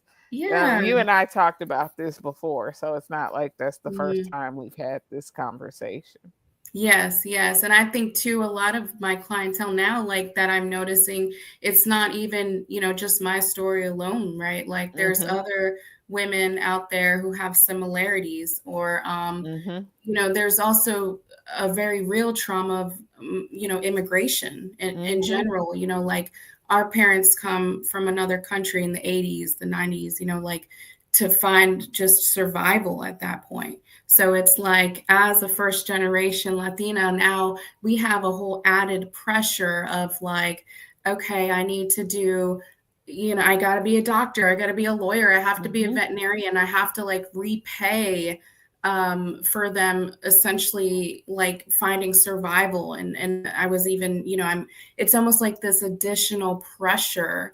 And now, Yeah. during my own betrayal journey, he ended up choosing his addiction during my first marriage. Mm. And so much of that was a struggle. Like, I'm not a doctor, I'm not a veterinarian, right? Like, I was a vet tech at the time, which, Mhm. was great, but they wanted to see a veterinarian, like it's just a lot of pressure. So now, how do I add the story of not only am I not these things, and, thank you for bringing us into this wonderful country and we owe you like so much, Mhm. but Mhm. like, they had to deal with a lot of their own trauma coming into this country, and like story I just learned in my 30s, because Mhm. it was so devastating for them to talk about, and Mhm. taboo. Mental health is taboo in general. That's why I want to be open about speaking about betrayal trauma within our Latina culture, because we are so used to not speaking about things, and it's like, Mhm. we need to bring awareness. So that's, I share this today with like my family, my cousins, right, my page, like Mhm. it's how to get the word across. So yeah, there's just so much more generational trauma, I think, for in like my case with just immigration trauma, and slight, there's racism, of course, within that as well. Mhm. But I think that there's just so much to it. And yeah, I just want to make sure it was in my story. One of the biggest parts I like to kind of talk about sometimes is, yes, there was a lot going on, and one of the biggest conversations was like disappointment around a failed marriage, because I couldn't uphold their standards in my head of what I owe them for bringing us into this country. But like, Mm. all this additional trauma now that our marriage, I can't even be a good wife in Mhm. cultural standards. So I Mhm. think it's just important to talk about that, and break that cycle. It was never my shame to carry. Like, Mhm. when you invited me on here, I wrote like a letter. I found it from 2018, and it was just like a letter to my future self, right? Like, Mhm. so it's just a lot in here, and I think it's so important to talk about. So thank you for having Yeah. space. What'd you write? I'm curious. Okay. So, and to be fair, because I can't read my writing, I ended up typing it up, Okay. because I was like, I'm not going to go on here and just like be confused on what I wrote. So Yeah. I typed it up earlier because I had to translate it from this. So I said, this isn't too much. It's just literally more about the period of when I was like, I'm going to get into healing. This is the momentum I had, just to bring you guys in this moment. Mhm. 2018, the momentum of, I'm going to find strength. One day I might even help somebody else. So this wasn't necessarily about so much of what I've experienced and gone through. My official Mhm. D-Day was 2012. I wrote this in 2018. Mhm. Dear 2018 Stephanie, I'm sorry you will never hear the first truth from him, the full truth of what happened behind your back, but you knew enough. You knew enough to listen to your gut, and it was right. You deserved more. You deserved more this whole time, even when others and him tried to convince you otherwise. I'm sorry he chose not to heal, not to recover, not to protect what you were trying so hard to rebuild. I'm sorry that even after acting out in ways that broke every vow, he tried to repackage betrayal as something honest just because he named his own addiction. But, Steph, thank you for holding on long enough to find yourself again. Thank you for choosing to heal yourself and getting up on the days you thought you couldn't. Thank you for trusting your instincts even when your heart was breaking. Thank you for speaking up, not only for your story, other women, other Latinas, other people who might be going through this soon. I'm proud of you for stepping up. I'm proud of you for learning the language you didn't know you needed. D-Day, disclosures, polygraphs, betrayal trauma. Who knew these words even existed? I'm proud of you for finding the courage to understand these terms, not to live in them forever, but to Mhm. rise above them. I hope that the next man who is lucky enough to date you, if that ever comes, because realistically, LOL, you will be fine without that. To date enough to date you finds you standing in your worth, knowing exactly what safety means to you, and not afraid to ask what you need. You're doing the hard work now, learning boundaries, honoring your voice, and I trust you'll use all of it when the time is right. You will one day step into life where love is safe, truth is real, and voice is strong. You will become the woman who not only heals herself, but stands Mhm. for others finding their way out too. I'm proud of you. I love you. And read this when you need it. Love me. Mhm. Yeah. So, yeah, I just had to like, that was just a little thing that I read sometimes to like remind me of where I was. I love that. I love that you even had the foresight to write a letter to your future self. Well, it definitely came with the help of support of my healing community, Mhm. like my therapist, and I can't remember Mhm. therapist or coach, but definitely things that they started to put in perspective. And I was like, you know what? I'm going to write a letter to myself. So definitely, and so important. And my story when I did decide to overturn that, and that leaf was like, okay, my new beginning begins now. And I was just ready to go full throttle and healing. So, yeah. And how do you like are you proud of the Stephanie you are today? So proud. So proud.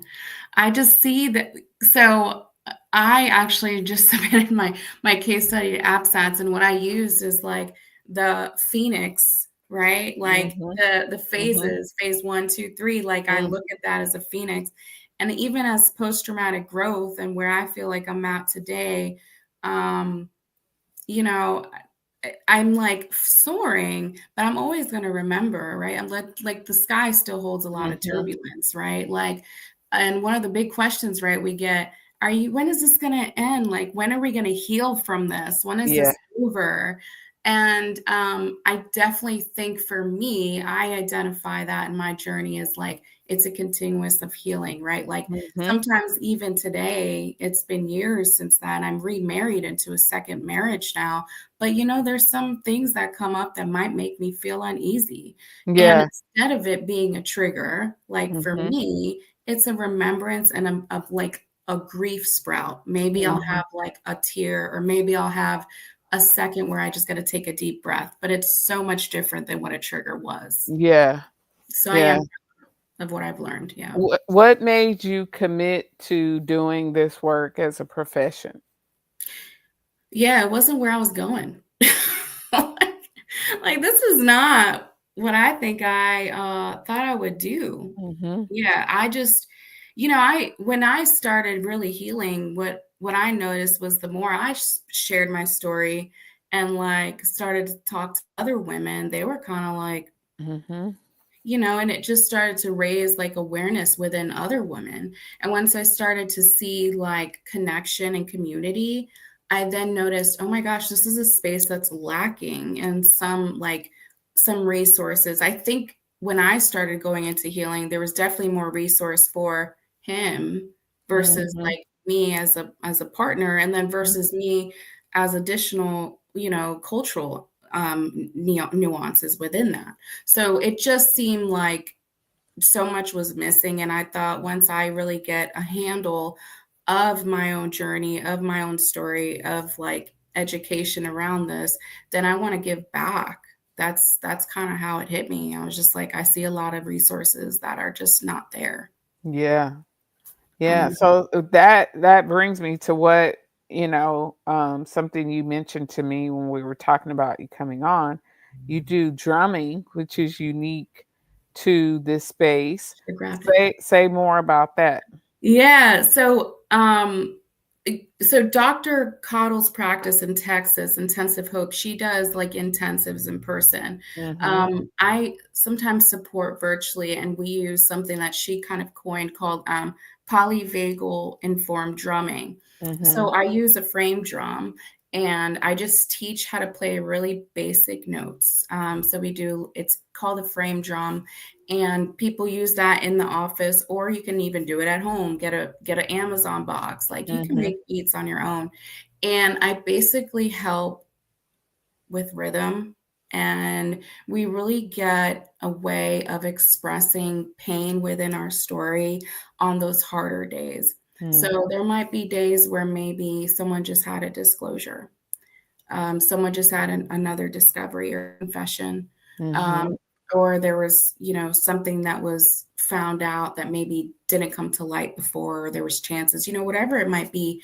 Sometimes we don't really have the, what I think, bandwidth or capacity to keep Mhm. speaking about that over and over. Mhm. Some clients I have, they have therapists, right? So with me and my work, it's like, okay, what can we do to still kind of stay on that path of healing? But then my Mhm. clients get tired because it's like constantly a reminder of the trauma that's going on currently. So Mhm. sometimes an alternative way is to use what I use, like a soundscape expression, or we Mhm. use drumming we hum to a beat. Like if we're going doom tech doom tech tech tech doom tech, we learn to kind of use our voice, and we're still able to find like anger work. We have Mhm. sadness work or grief work. We have like discovery songs that some clients make. But they're able to take whatever beats that we learn together, and I'm able to follow their lead. And what the feedback I hear from clients is that in a lot of cases, they feel like their voice or their consent has been taken. Their choice Right. has been not even considered, and a lot of their partner Mhm. husbands are acting out. So when they come into session, they usually say, Steph, I got a new song for you, right? We're Mhm. going to do some anger work. They either get a drumstick and just hit the drum, and sometimes it's hard to follow, Mhm. but Mhm. they like leading. They like getting their autonomy back. They like Mhm. they like rediscovering what it feels like to take some decisions in their life after so much consent has been taken. So they lead with that, and I follow them and I drum with them. So we're kind of co-regulating at the same time. Mhm. So it's been just so nice. It's like vibration as well, or vibrotactile kind of healing through the rhythm of Zoom calls even. There's a Mhm. Zoom specialty you could select that says musician mode. Right. So you can hear the drum really clearly. Yeah.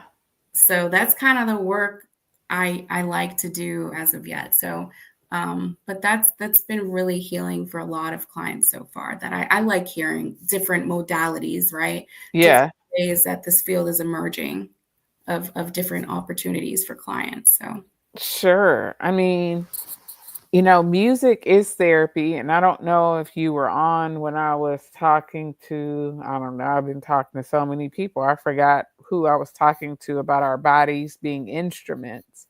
Oh, Sarah Morales. oh yeah. And I was saying that most people are so used to living with dissonance that Hmm. they don't understand resonance, Yeah. right? And that when the right notes are hit, when we're in alignment with our true selves, there really is a hum that comes from the inside out.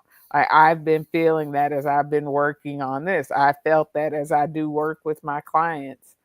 Yes, I love that. You Yeah. know, because if you can't, and a lot of people think too, like they can't trust themselves, right? But Yeah. like, I feel like that looks like different for every partner, right? Every Mhm. one of us has a definition of what that means. Like for me, when my body feels uncomfortable and unease, like Mhm. I know that I can't trust myself, but really it's usually like an unsafe situation that's going Mhm. on somewhere. Mhm. And I've learned that just through like my own healing journey because Mhm. when I learn to trust my body and like what it's telling me, I'm able to make decisions that best fit for where I'm at currently in my life. Like I can't move forward with things unless I like feel secure in my Right. own body. So that's another part. I think like drumming, it just sometimes too, I have some clients who come in and they just kind of like purge release, or they Mhm. might just honestly scream into the drum. And it's actually a natural like microphone. Here, let Mhm. me actually, I don't know if I can even, I was gonna get up and see if I can grab it. Oh yeah, go ahead. Okay, hold on. Let me turn it. Okay, let me just go get it real quick.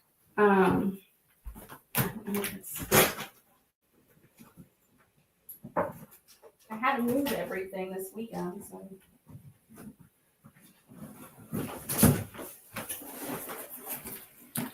Now I know this is not Zoom, so I don't know how it's gonna work, but okay. So this is a frame drum, Mhm. and when we do sound healing, I don't know if you can hear the microphone in that. Yeah, I can. Yeah, so sometimes when we do some meditation, it just can be really peaceful to just talk about whatever we want to talk about. And that echo vibration really helps people and my clients feel like they're just connected to hearing their own choices again. Mhm. I have some clients who are like, I just want to say no into the drum today. Mm. And I'm like, okay, well, what does that look like for you? Like, let's get in here and do it. And literally, it would just be saying no over and over again. And it's just a beautiful, what I think is a beautiful release Mhm. of when that no has been disrespected so many times. Mhm. So, and in that we could do some kind of mourning around it. So sometimes we do some heartbeat sounds and things like that, where Mhm. we drum and we co-regulate together. Mhm. And the good thing about frame drums too, just a side note, I mean, they're anywhere from like $20 up to, you know, the more fancy kind you get. So, you know, in most cases, they're pretty affordable. So if you ever are interested, Yeah, can you do me a favor and yeah, send me the link for that so I can put yeah. it for people to have, because I think it's a great resource. When I was in Mexico, I got a massage and the lady bought this it's in a wooden box and it's two chimes and it has like a wooden mallet, and at the end of the massage she walked around my body and she hit the Mhm. mallet on the chime. And when I tell you, I just felt it when you did it with the drum, but it was like it felt like it was coming from inside of me. Like I sat up on the table like, what was that? Because Mhm. it was so strange to feel that vibration. It felt like she was hitting me, Yes, like I was the actual instrument. yes. And so I think, I mean, this thing's like $16, right? Mhm. So I Yeah. think being able to point partners towards those resources. So you do that via Zoom with some people? I do. I do it via Zoom. I'm just trying to get this other like so sometimes and that vibration sound, you know, you can get a drumstick and you can Mm-hmm. right, you can create your own kind of Mm-hmm. meditation sound that works for you. Mm-hmm. And I have people who you know are praying and they just tap it as well because you have different options to do. Like you can do Mm-hmm. the ocean, which is just Wow. yeah. So, I have people who just want to pray and they could just pray and just have something kind of to feel while they're praying. Yeah. So it just depends. And I think that's the beautiful thing about like any instrument. You could kind of make it fit to whatever season you need it to fit into Yeah. life.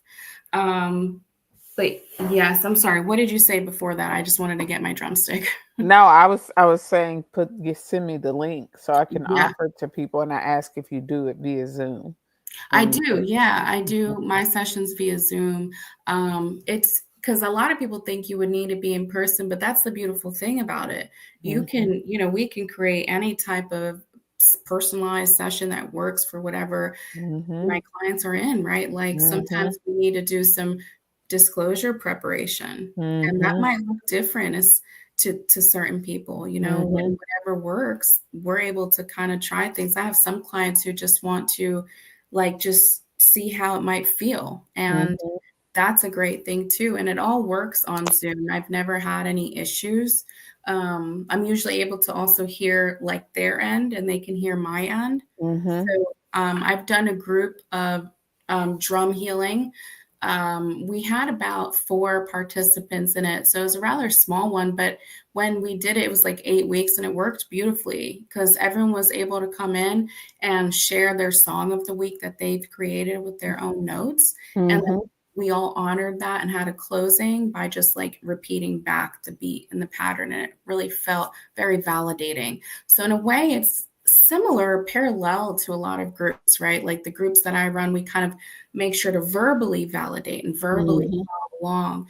This is more of like a musical expression to still do the same thing, but Mhm. we're kind of using sounds because sometimes it could be pretty heavy to constantly speak about things. Mhm. So it's just an alternative way to heal or to add healing, a whole healing modality, really. Yeah, I love that. I remember Janice taught us the VU, Oh yeah. uh, the polyvagal VU. Hmm. VU, Yeah. Ooh, and I'm like, every time I do it, I do like the sometimes. Oh, I love that. I Yeah. there was like, I guess there's comments there or something. Is that your? It keeps coming up on my page or streamline. Okay, never mind. Never What mind. I think it down on the right. There's like a Oh, yeah, yeah, I line. see I didn't that. know what it was. Yeah, I don't know if that's, like, the comments I'm typing because Oh, I'm responding to people, or I'm like when you said culture, I put oh, culture is in there. So okay, okay. sharing comments with people as they're watching. And I know that you donated something for today, which was remind me because I don't have my list here. Yeah. So I let, anyone choose either a brain spotting session Oh, or a that's right. drum, yeah, or a drum healing session. So, and for anyone who doesn't have a frame drum, obviously I would direct you in the best way to kind of get one if you'd like to. Or Mhm. honestly, if you have an Amazon box at home, you just tape up the closing of that where the flap is where you open it. We can create a drum out of that. So, there is no problem on if you don't have a drum at home. We can really use any kind of even drum tissue box. I had a shoe box that was Yeah. used before. So yeah, I donated a session of that for 50 minutes so you guys can check out if that works for you. If somatically, maybe that's an alternative route to healing for you.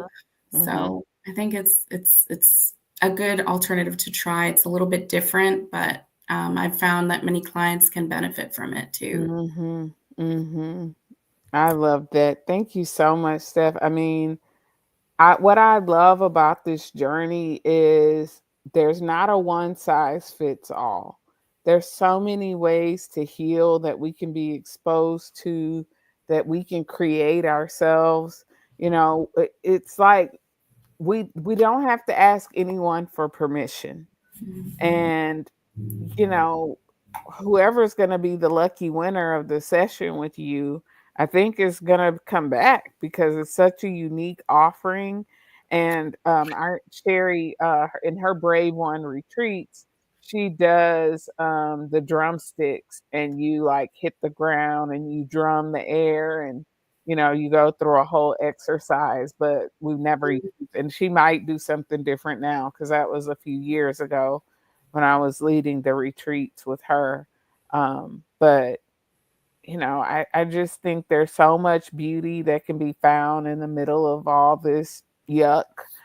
And what you're offering is amazing.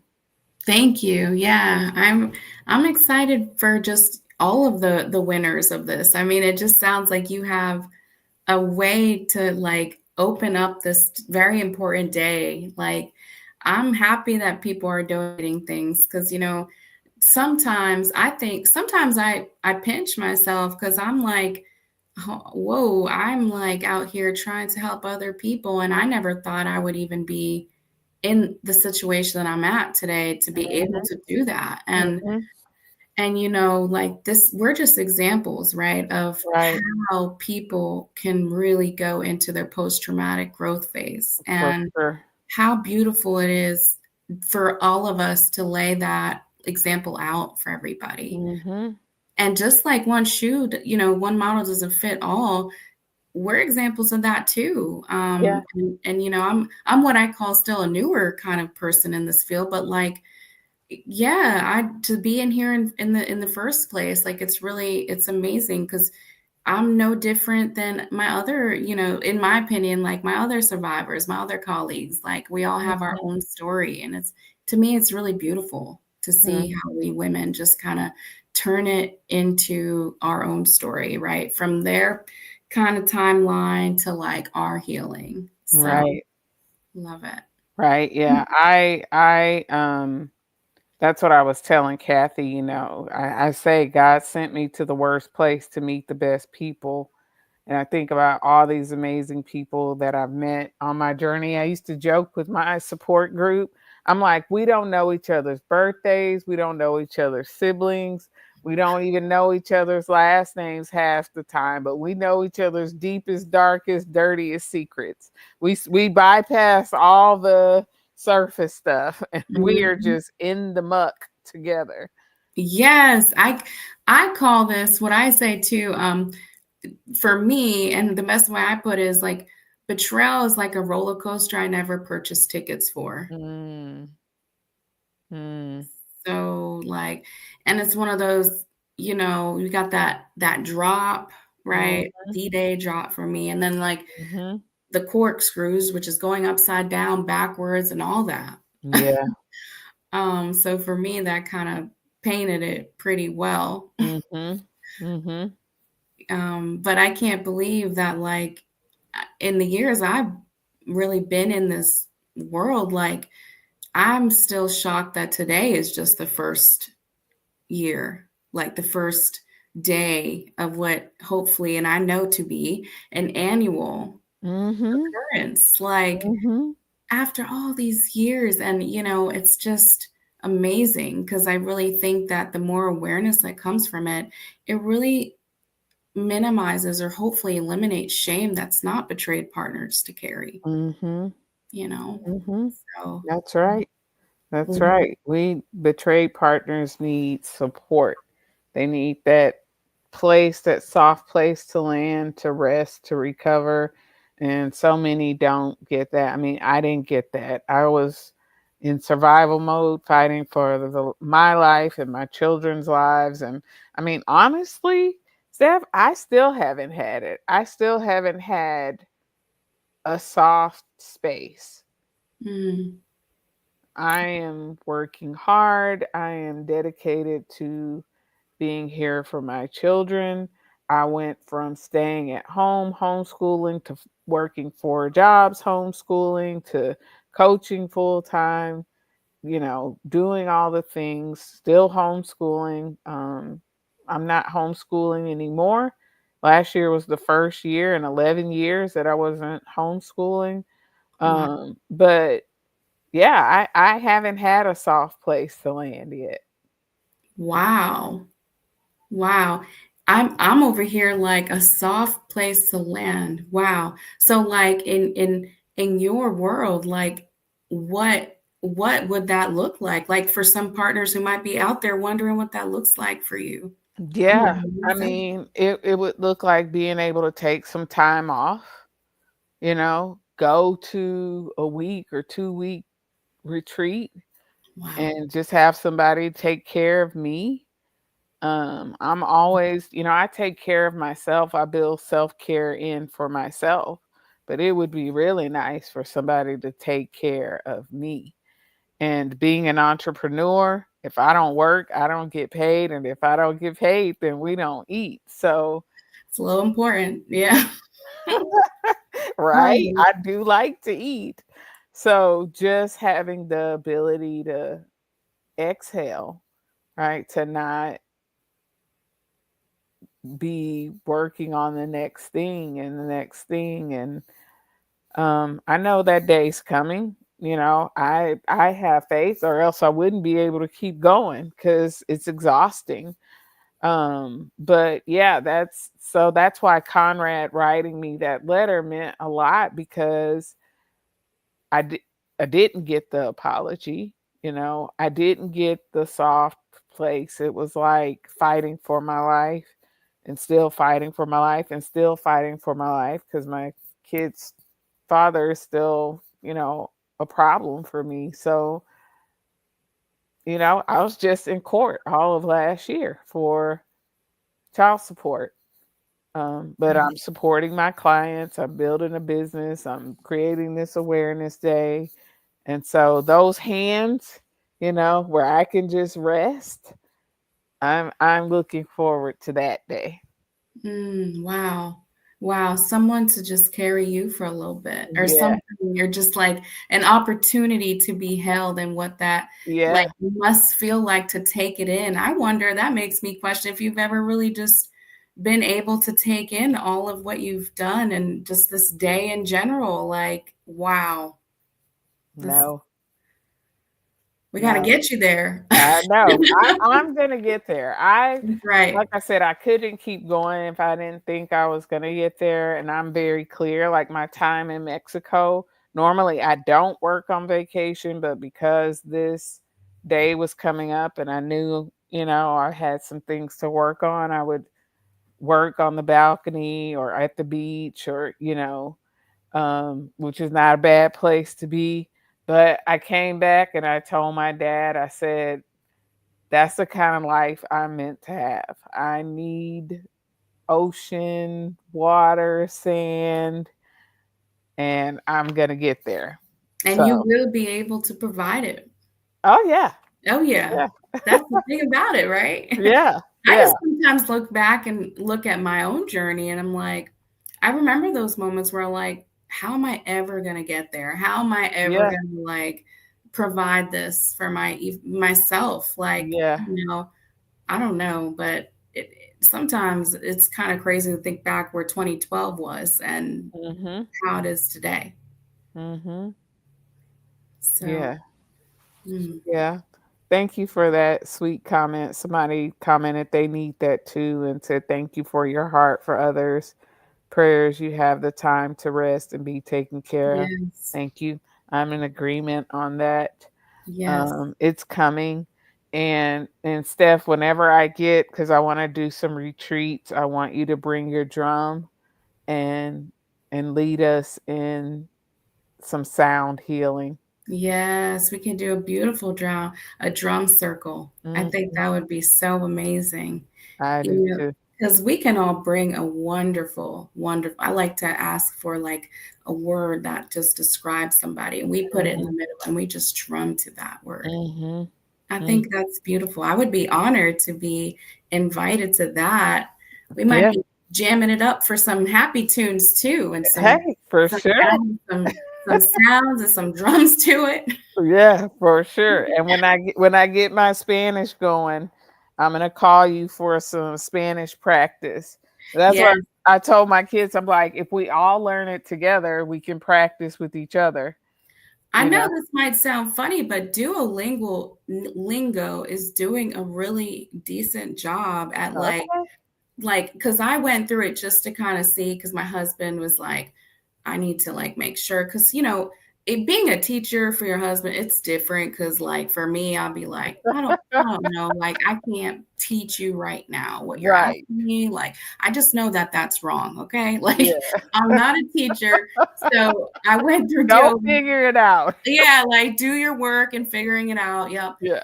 And I went through Lingo to see how it was, and I will say Mhm. it did a really decent job. Like I think there was one or two times where it like used like double negatives and it just sounded weird in Spanish, but I Mhm. reported it to like give them a heads up, and because you could like report that it was like not accurate. So you can, Yeah. you can learn even a lot of things through Duolingo. So Yeah. definitely recommend that too. Okay. All right. That's good. Because I was wondering about that. We were talking about different ways because there's Duolingo, there's Rosetta Stone, there's another one that I can't think of right now. But, in thinking about betrayed, not just betrayed partners, because I work with men who are in recovery.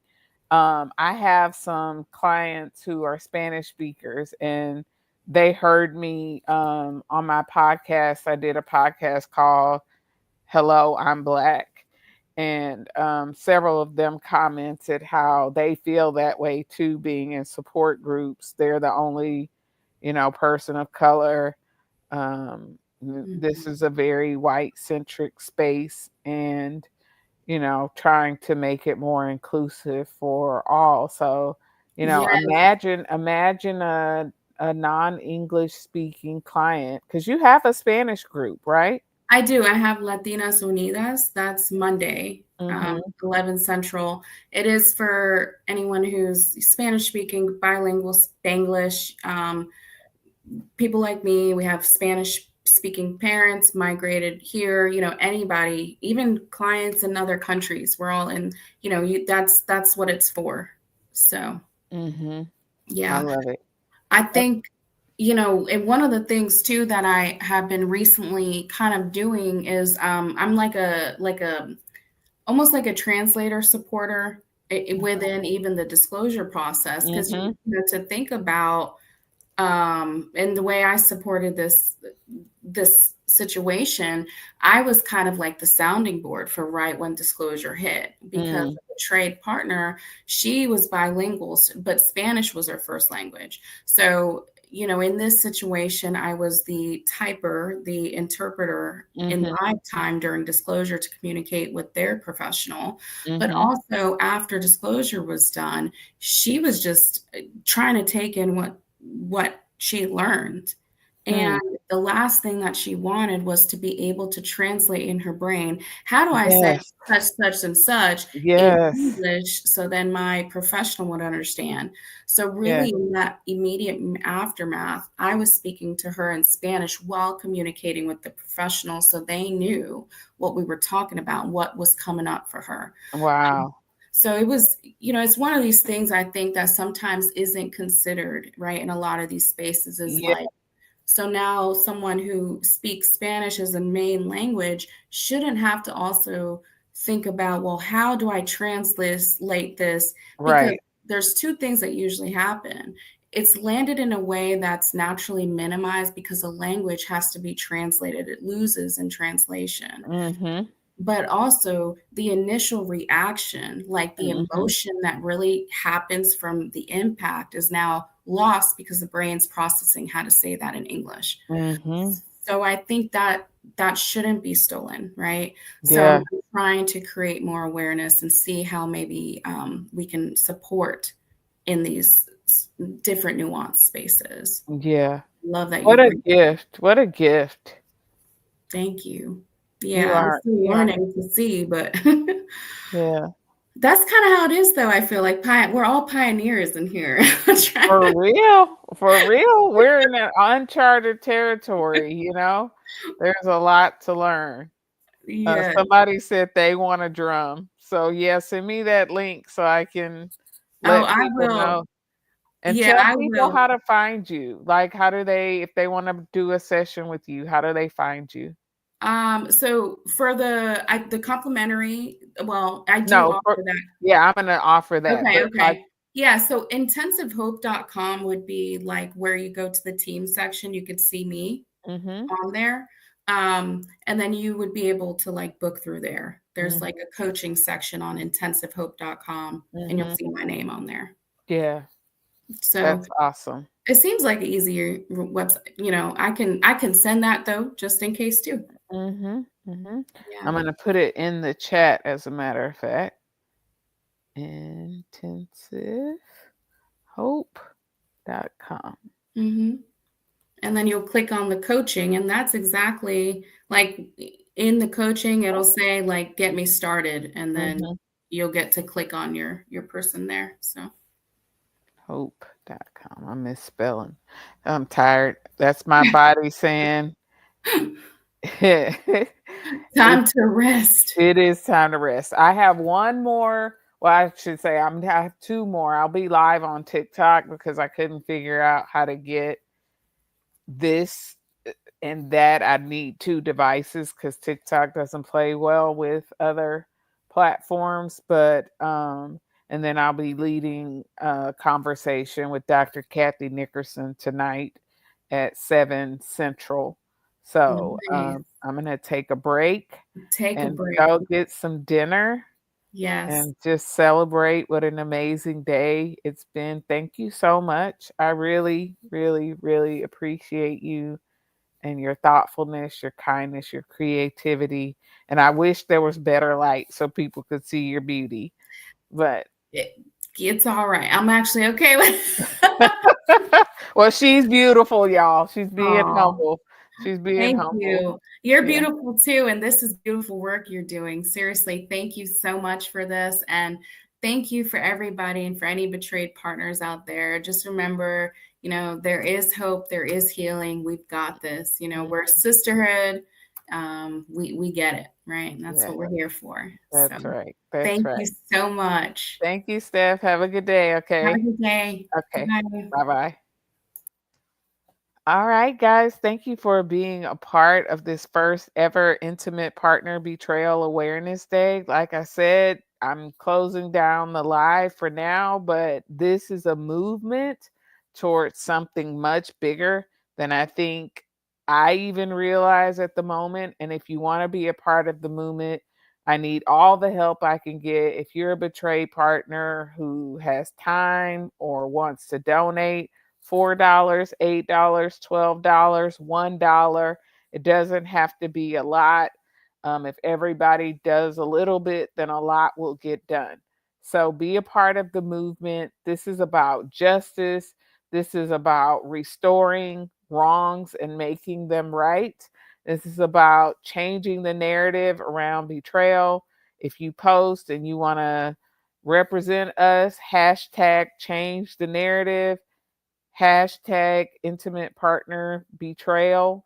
Find us on all the socials, follow us, go to the website, subscribe. These are things you could do right now that don't cost you one penny.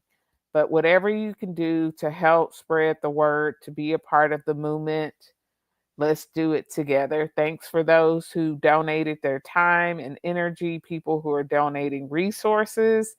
We're just getting started. Y'all keep praying for me to have the strength to do what I feel led to do. And I just want to bless each and every one of you guys. Each and every one of you guys. So have a good day. Thanks so much for being here. It's Coach Andrea signing off.